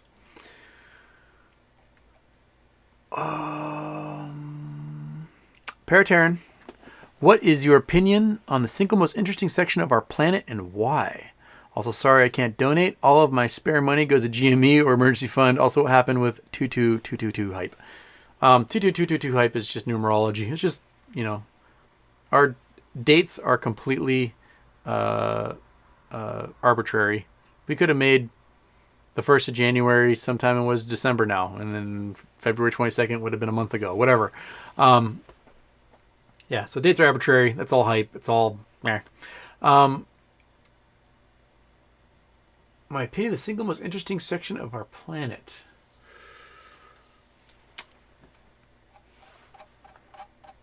All right. We are going to zoom out of Switzerland here, where we couldn't find the kid in a bin. I'm sorry he didn't show up there. Although I would love to see a child in the garbage can. Man, there's a lot of really interesting things. Where's the Badlands in Madagascar? What are those called? I have to, one sec. I can't remember the name of them.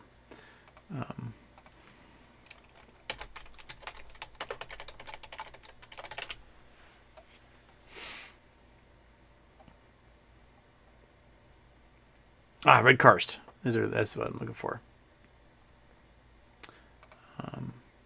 Sorry. No, go away. This place. This is the red karst in. First, I'm going to go to the Google Earth part. All right. I mean, it's the rock itself isn't a crazy weird rock. It's limestone. It's kind of reddish limestone. And where is the formation? Where are you? Where are you, formation? I may have to just show pictures because I can't. This is a big national park in Madagascar, and they have these things, these red karst limestone formations. Go away, and they do cool shit like this. These things are just rad looking.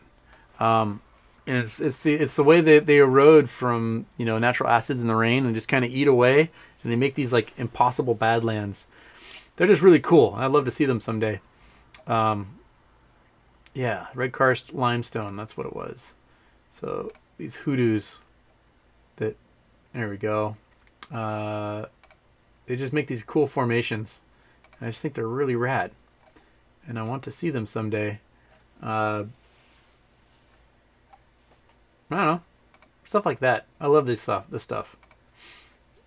Yeah, I would love to go there. I had a professor in college who would go to Madagascar like several times a year to do research projects, and I was always trying to like edge my way in there to get invited along, and I never did. He didn't like me enough, I guess, or have enough money to do that. But they make really cool hoodoos. These stacks here. Yeah. They're bitching. That might be it. I don't know. I'll think of others. There's more things. I'll see something else and be like, no, that one's the number one. But that's the first one that popped in my head. And I'd love to see that stuff. Okay. We're still at $743. We are 25.7% of our way away from our goal. And we got, 30 minutes or so to try and do it? Here on Charity Tuesday, let's get ourselves to our $1,000 goal and raise money for blanket-loving dogs everywhere. Right, monkey butt? Yeah. Okay. Amy R. Houston, how old are you? I am guessing 30. You are way off. I am old as shit. I just look fantastic for it. Yeah.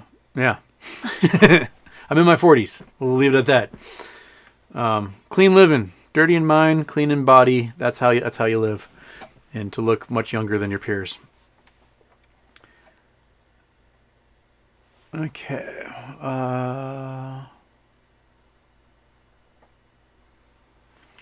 Bill Coyne, if I had $100 million, I would use a portion to plant economic seeds to generate income opportunities for lower income people. Exactly. $100 million can invest in businesses, in urban centers. I mean, a lot of the urban centers in America, they were doing really well up through the 1950s. And then the factories pulled out and left these communities, West St. Louis, Flint, Michigan, South Central Los Angeles. These were urban centers that had manufacturing and good jobs and good schools, and they were filled with a lot of minority Americans. And then those factories just pulled out, and they moved elsewhere. And they left those areas without the work anymore. And when you don't have work and you don't have ways of keeping your standard of living, you turn to drugs and gangs and alcohol and crime and everything else. And it used to be in this country that when like the jobs left, the people moved elsewhere. And for some reason, as a society, we stopped doing that. So like a lot of towns, a lot of little towns across America where the mill shut down or the mine closed or the trees all got chopped down or the factory left, they sit there and they're like, oh, the factory's going to open up again someday. No, it's not. That factory is in China or Bangladesh or somewhere else. That factory is not opening up. You have to go elsewhere and look for work.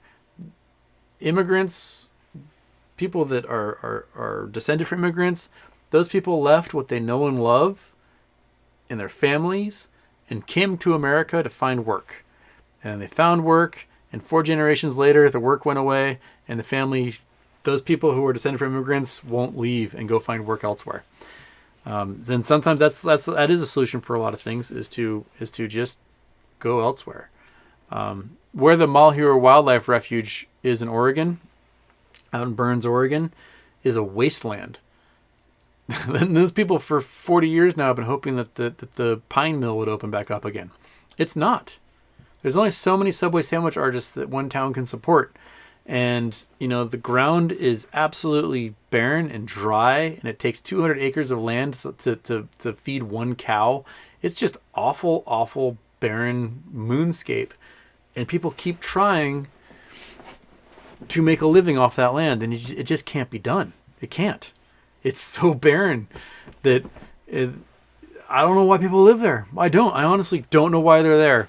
Other than like the few people who work at the bird sanctuary. Beyond that, it's really just kind of wasteland. And there's pockets all over the country like that where people were there because there was some resource that could be exploited. That resource got exploited, and then the powers that be left, and everyone was left behind going, well, I guess that mill's got to open up again someday. It's not. It's just not. You got the reason why they left was because it's done.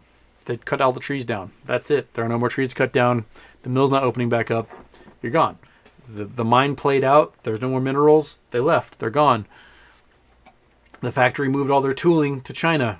If the tooling is in the factory anymore, it can't reopen. Moved on. So that is the aspect of personal responsibility side of it, where people need to realize like, oh, this place will never live again. We need to go somewhere else where there's a better opportunity. Okay.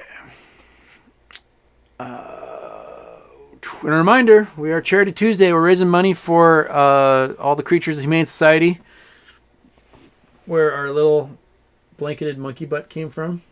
Get a glimpse of there's the butt of the monkey butt right there for you. Nice little window into her butt there.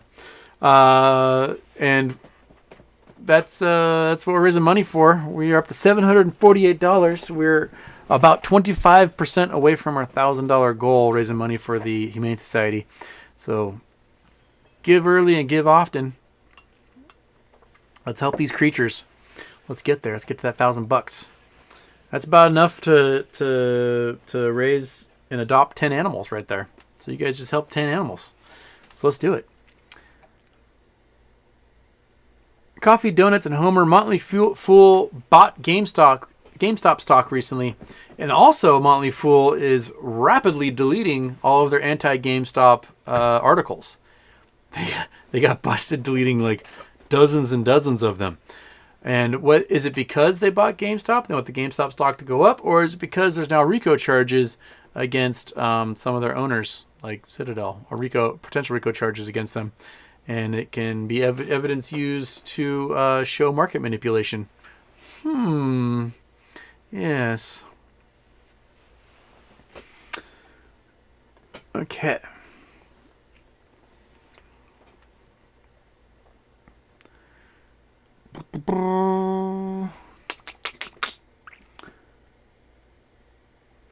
All right, Mike Millspa's got a tropical location for us here. Let's see if we can find something better that's not a phantom kid in a bin.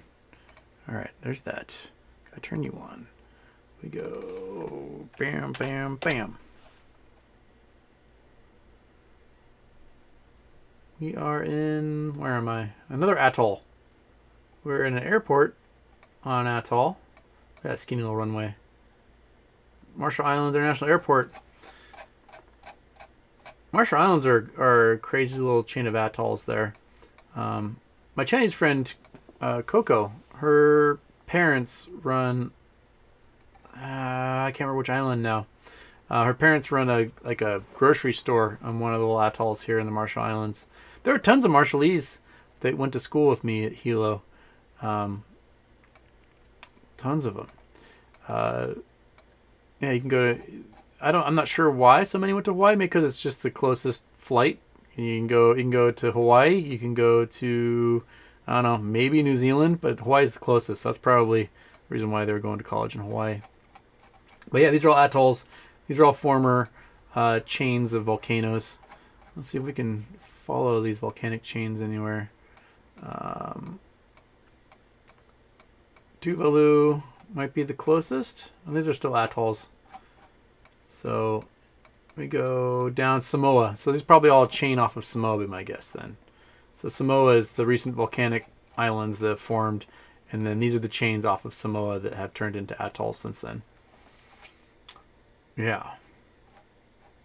But atolls are cool. They're cool, but they're going to be gone soon with sea level rising. They're going to be poof, covered in water because sea level's rising too fast and is increasing every year in the rate it's rising. Which is a bummer. Well, I don't know where we're going to put all these folks. A lot of history and lives are going to be ruined with that.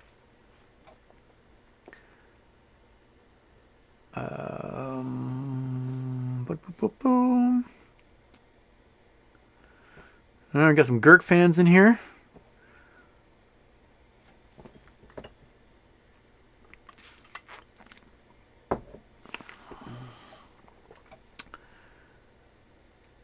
Okay. Oh, we're up to 80% of our way there. We're at $806 now. We're 20%, $200 or $194 away from our $1,000 goal for the Humane Society. Fantastic. All right.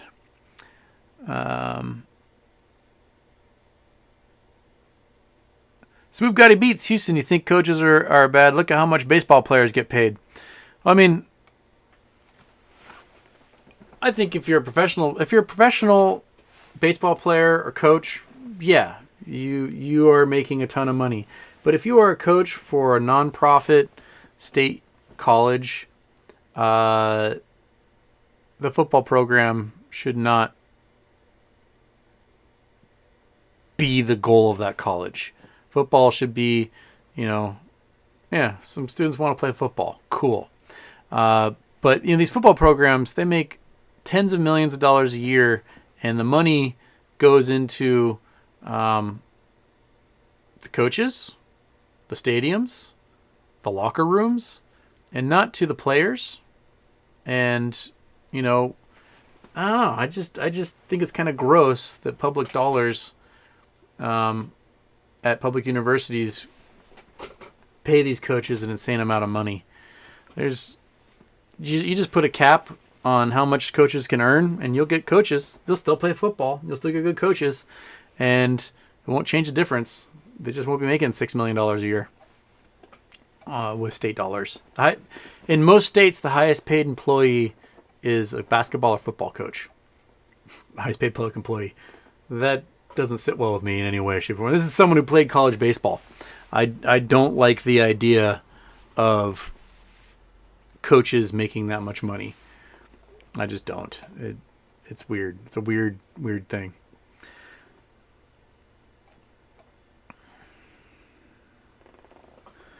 Pickle Me Elmo, Houston, do you think sentiment towards AMC is dropping to move to GME? I don't know. There's still a lot of rabid AMC people out there who get angry at me when I point out something stupid that the board or Adam Aaron have done. They still like to get mad at me. Call me all sorts of names. I think AMC is definitely still a squeeze play. I think they've been shorted like crazy. I think there's billions of synthetics out there. But I don't think the board in general is on the side of the retail investor. I think they're on the side of the short hedge funds. And they're trying to figure out any way they can to increase the float. And they're just that's what they're doing. That's their job. Is they don't work for us, they work for their buddies. Jordan Kimmery, I'd be interested to think how much you think teachers like yourself should make since we're complaining about salaries. A living wage, something that they can live off of in the communities they work in.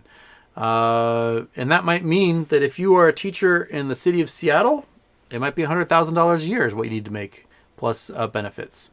If you are a teacher in, Manhattan, Kansas, where the cost of living is a lot lower, it might be $60,000 a year. But they need to pay teachers a living wage in the communities they're in to be able to maintain them. Like in my community, we're a wealthy bedroom community of Seattle. The teachers can't afford to live here. So they live and they have to commute far a ways away.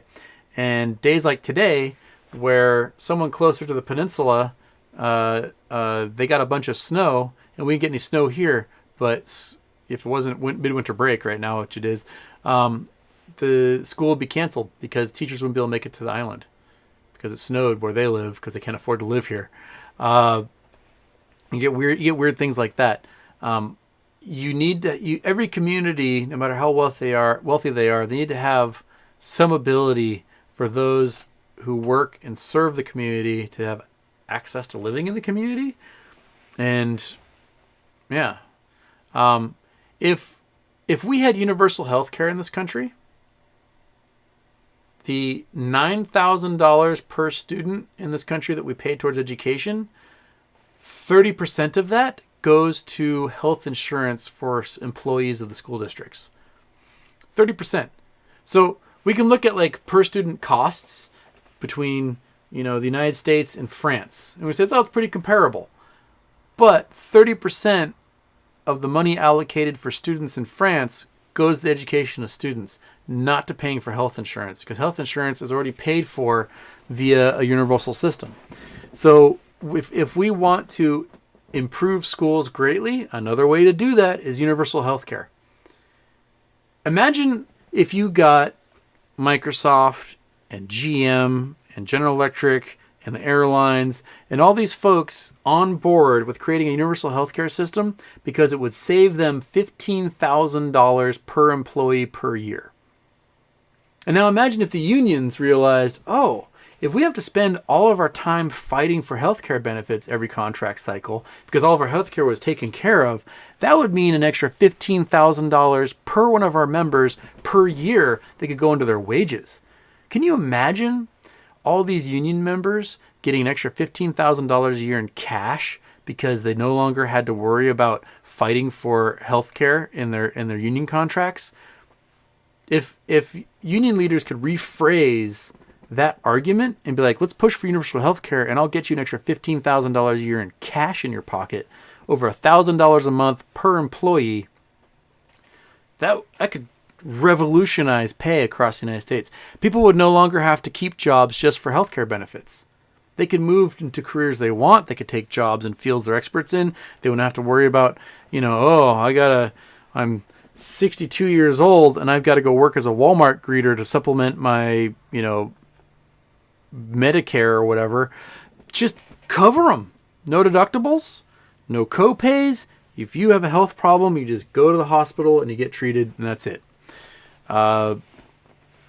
We could fundamentally revolutionize the way employment works in this country and make lives so much better, and entice people to work in fields they wouldn't otherwise work in, right? Because they need those healthcare benefits. And I know a lot of you foreign apes that are watching this are like, well, you still don't get it why you don't have universal health care. People outside the U.S. look at our healthcare system and go, this is monstrous. What is wrong with you? Why do you operate this way? And it's because we broke the system by making it for profit in the first place. And so now the 20 most profitable companies in the United States are all health insurance companies. 30 cents of every dollar you spend towards healthcare goes to the bureaucracy of the insurance companies. It's insane. Say what you will about like the Veterans Administration, but the Veterans Administration still has a higher patient satisfaction rating than any private healthcare system in the United States. VA has 81% approval among users of the system. The next highest is like 65% for a private hospital. The VA provides care to veterans at 1 cent on the dollar in administrative fees, while your private health insurance money is spending 30 cents on the dollar for administrative fees. We waste so much money with these private health insurance companies. There are 800,000 doctors in the United States, and there's 1.3 million healthcare administrators. From private health insurance to the private hospitals. That's insane that there's 62% more healthcare administrators than there are doctors in the United States. That's silly. You should be able to have like one administrator be able to handle 10 doctors. and that's it. But because the health insurance industry is so complicated and so convoluted, you need dozens of people to work their way through it. And it's just silly. It's a waste. And I would gladly get rid of 1.3 million health insurance workers in a heartbeat and let them work somewhere else doing something else. All right. Hey, we're $883. We are $117 away from our $1,000 goal, raising money for the little furry butt creatures of the world.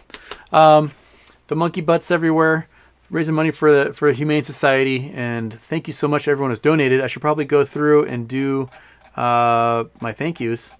We got an Anonymous. We got a Julian Cavendish. Thank you. We got a Reva Swine. Thank you so much. Granny Bags. Thank you, Granny Bags. Space Monkey. Space Monkey's getting in there with 4 monkey butt. Anonymous.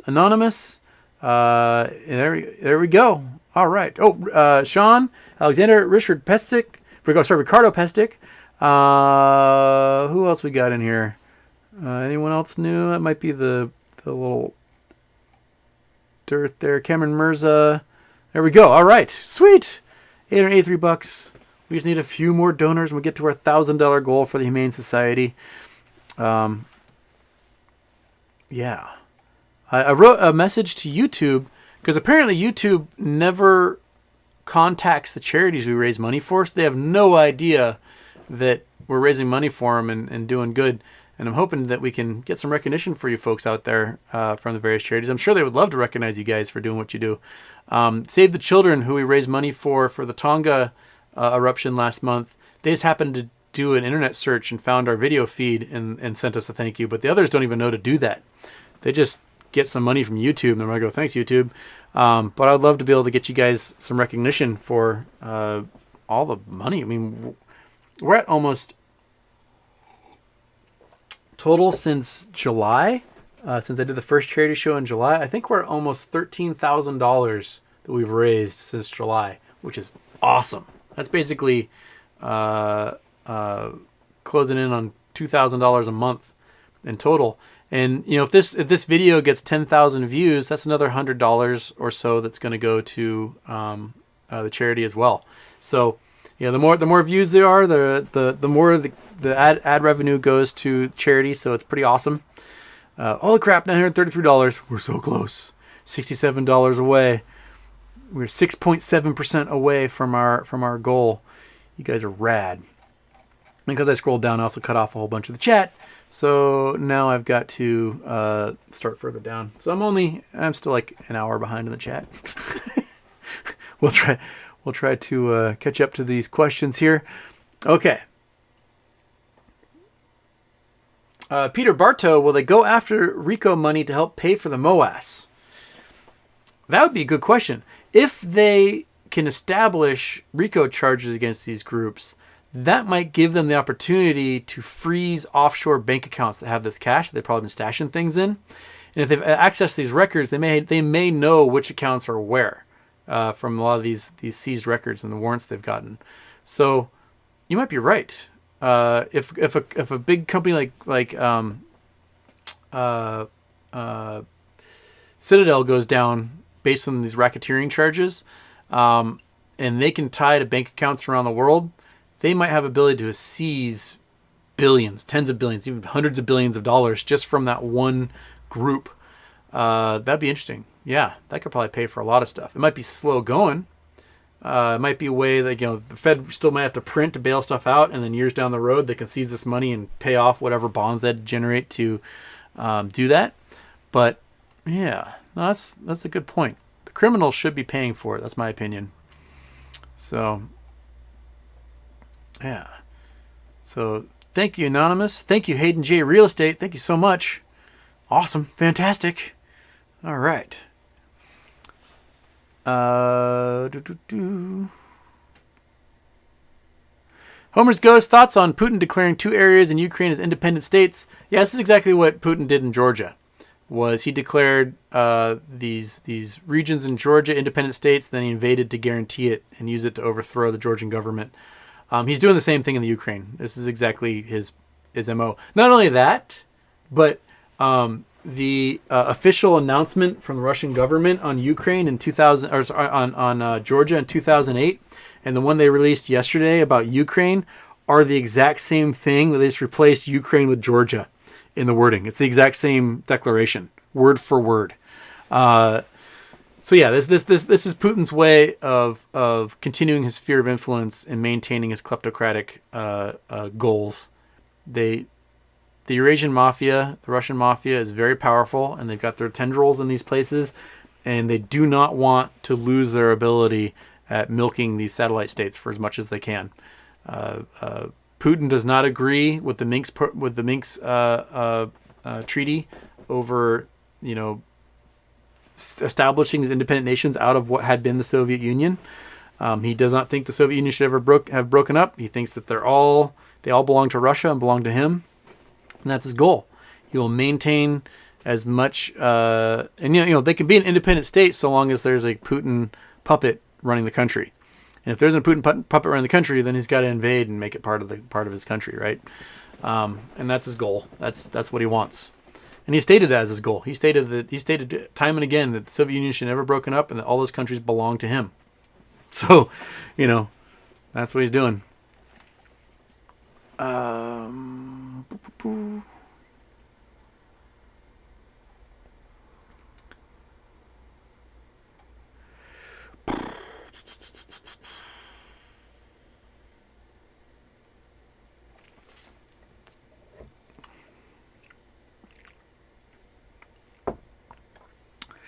Sitting Bull, I recommend Jordan Peterson. No, my man, no.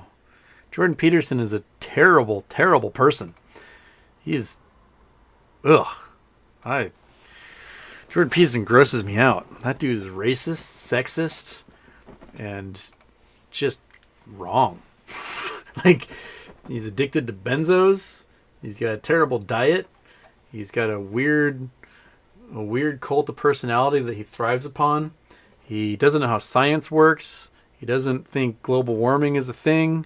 I don't recommend Jordan Peterson. I recommend staying away from Jordan Peterson. And if you run across him on the internet, to make fun of Jordan Peterson. That's what I recommend.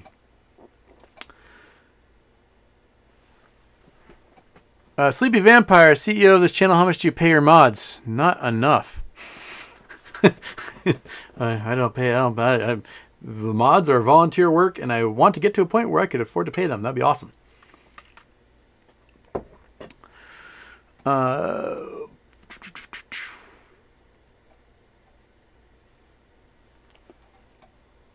Let's see here.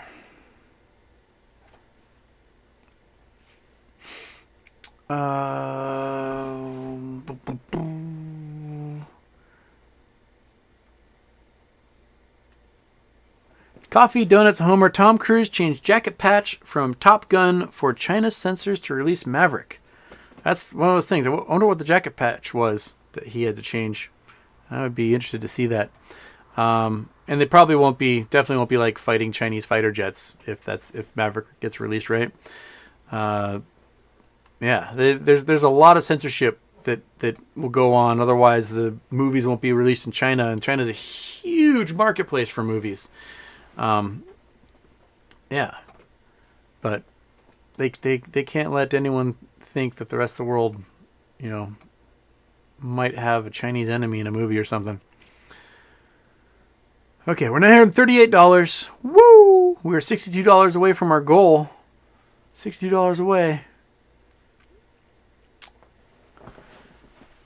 Mike Millspaw, Chinese Communist Party's campaign to eradicate ethnic minorities has led to the forceful detention of over 2 million Uyghurs since 2017. Well, Hollywood, Disney, NBA members of the Congress say NDAA. Well, they won't say squat about that, man. It's The ethnic cleansing of the Uyghurs is not too different than what Western governments did to native peoples across North America and South America and Australia. They took them from their families. They brainwashed them, and essentially forced them into slavery at times. It's gross, and you know, we need to recognize those crimes, and we need to apologize for them and do reparations for them. And our job, once we realize what that criminal behavior is, not to condone the further use of it in other campaigns, and we need to go, hey, we were wrong when we did it, and you're wrong for doing it now. The Uyghurs didn't do anything to deserve this. They just want to like live in the Gobi and go about their lives like anyone else.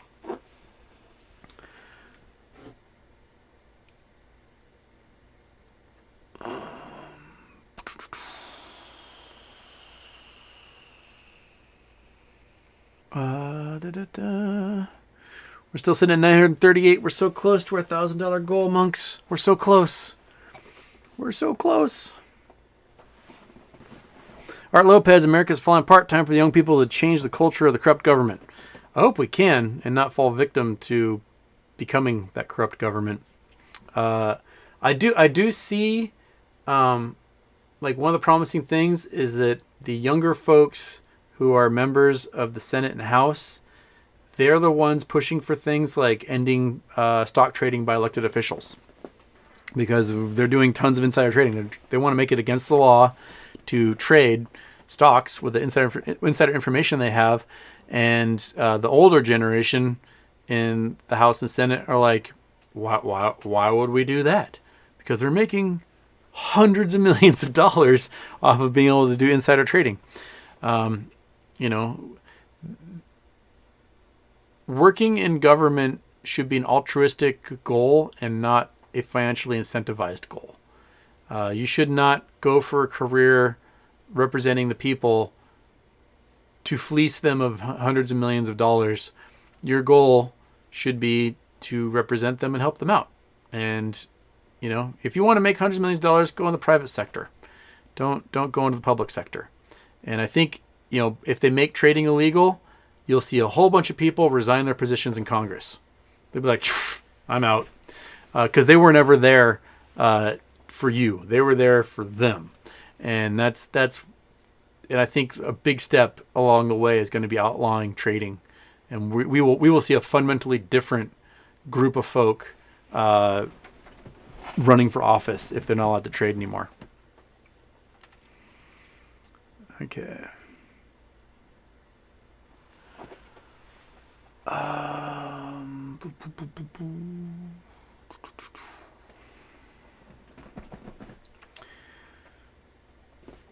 Pooper Scoopers. That's a good name, Pooper Scoopers. Okay.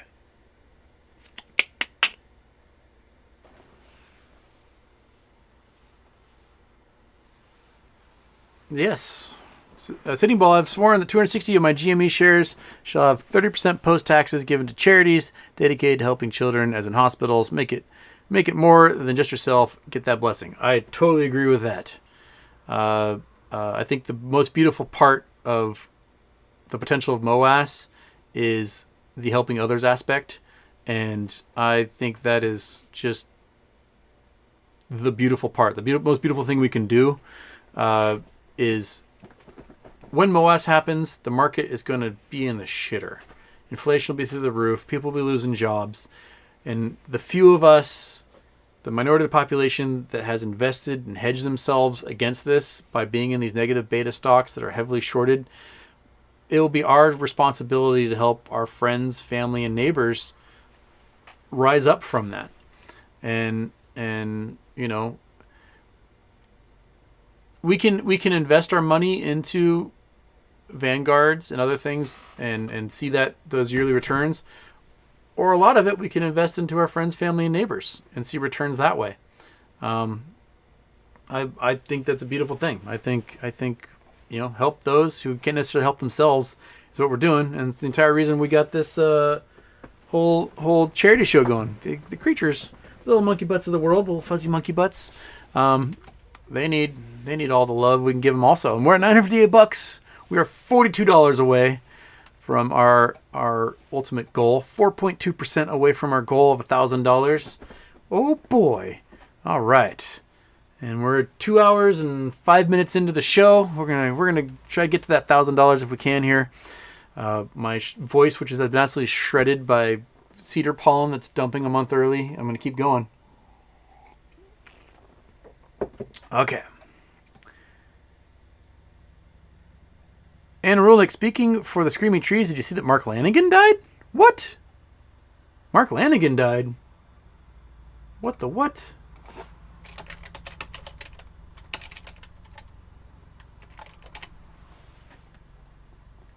What the what? That just happened? Oh shit. 3 hours ago. Aw, man. Dude, Mark Lanigan was the shit.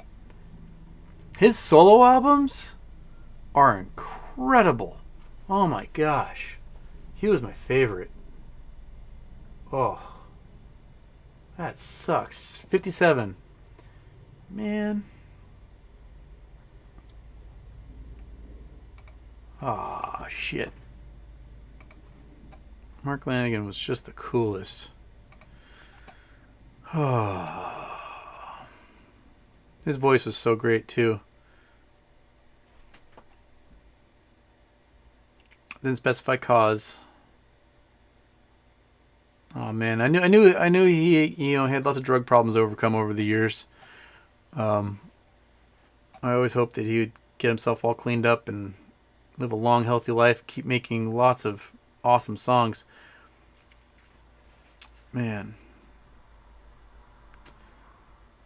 But man, if you have a chance, go to your Spotify or your Pandora or whatever streaming service you use and just have them play some Screaming Trees or Mark Lanigan solo stuff. His solo albums are absolutely beautiful. I highly recommend them.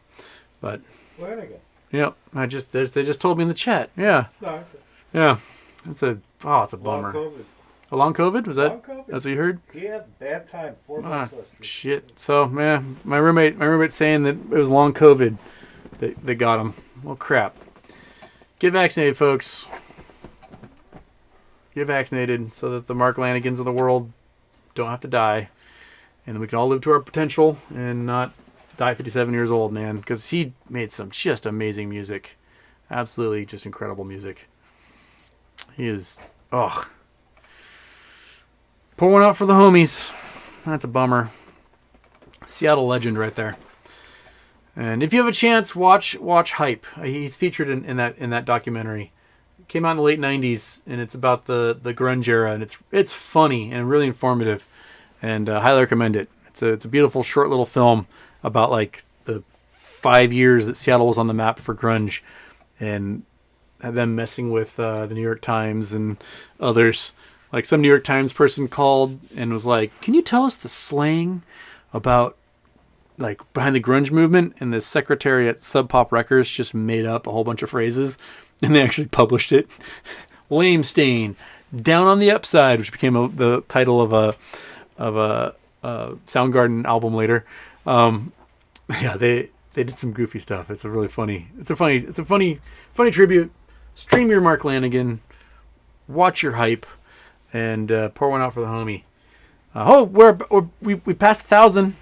Ooh, which means Houston can probably take some more throat medicine now. Anonymous, thank you. Lindsay Eamon, thank you so much. Another anonymous. Granny Bags, thank you. Jumping in there again. Andrew Stewart jumping in there again. Anonymous, thank you so much. We are past our $1,000 goal. Cool. We did it, monkey. We did it. Come here and celebrate. Come on. It's all for you, buddy. Come on. We're going to help your furried, feathered... You didn't come here. Come on. Make it across. Make it a little dog bridge. There we go. Monkey Butt, thanks you so much. You guys jumped in here. And man, we covered all sorts of topics today, didn't we? Yes, we did. That's right. You're a happy dog. You're a happy dog with a happy face. Yes. That's it. Those of you who are watching at home after this recorded session, or on the recorded session, go down in the bottom right. There'll be a donate button. You can raise money for creatures like this and the Humane Society. Start throwing me your ideas for what March's Charity Tuesday is going to be. I'll come up with something. So what will be the date on that one? Fourth Tuesday of March is going to be 1, 2, 3, 4, the 22nd as well. So March 22nd will be our next Charity Tuesday. I have no idea what the charity is going to be. We will figure that out. Man, awesome. Thank you so much. This is great. My voice feels like it's going to fall out of my throat again. I'm going to be complaining about this all the way until May when all the pollen's done. So I'm trying to do what I can. Someone said use neti pot. I'm eating all like the local honeys I can. But it's mostly tree pollen right now. It's just shredding me. But man, thank you so much. You guys are rad. You guys are so rad for helping out. And I love these Charity Tuesdays. They're fantastic. And you know what? Our conversations at Charity Tuesdays, they go all over the place. And I love that. I love that so much. Man, okay. I'm going to see you guys tomorrow. We're going to do an After Dark tomorrow, Wednesday night After Dark show. I'm sure tomorrow we'll see some weird things shake out with the market. That'd be my guess. And we'll probably talk about that. The SPY has to start hurting and the VIX has to start pumping. There's no other way around this. We didn't have this much red today for the VIX to go, meh, oh well. It needs to be doing more green on that end. Thank you so much, everyone. We will catch you later. Monkey Butt and I will see you tomorrow night. And until then, peace.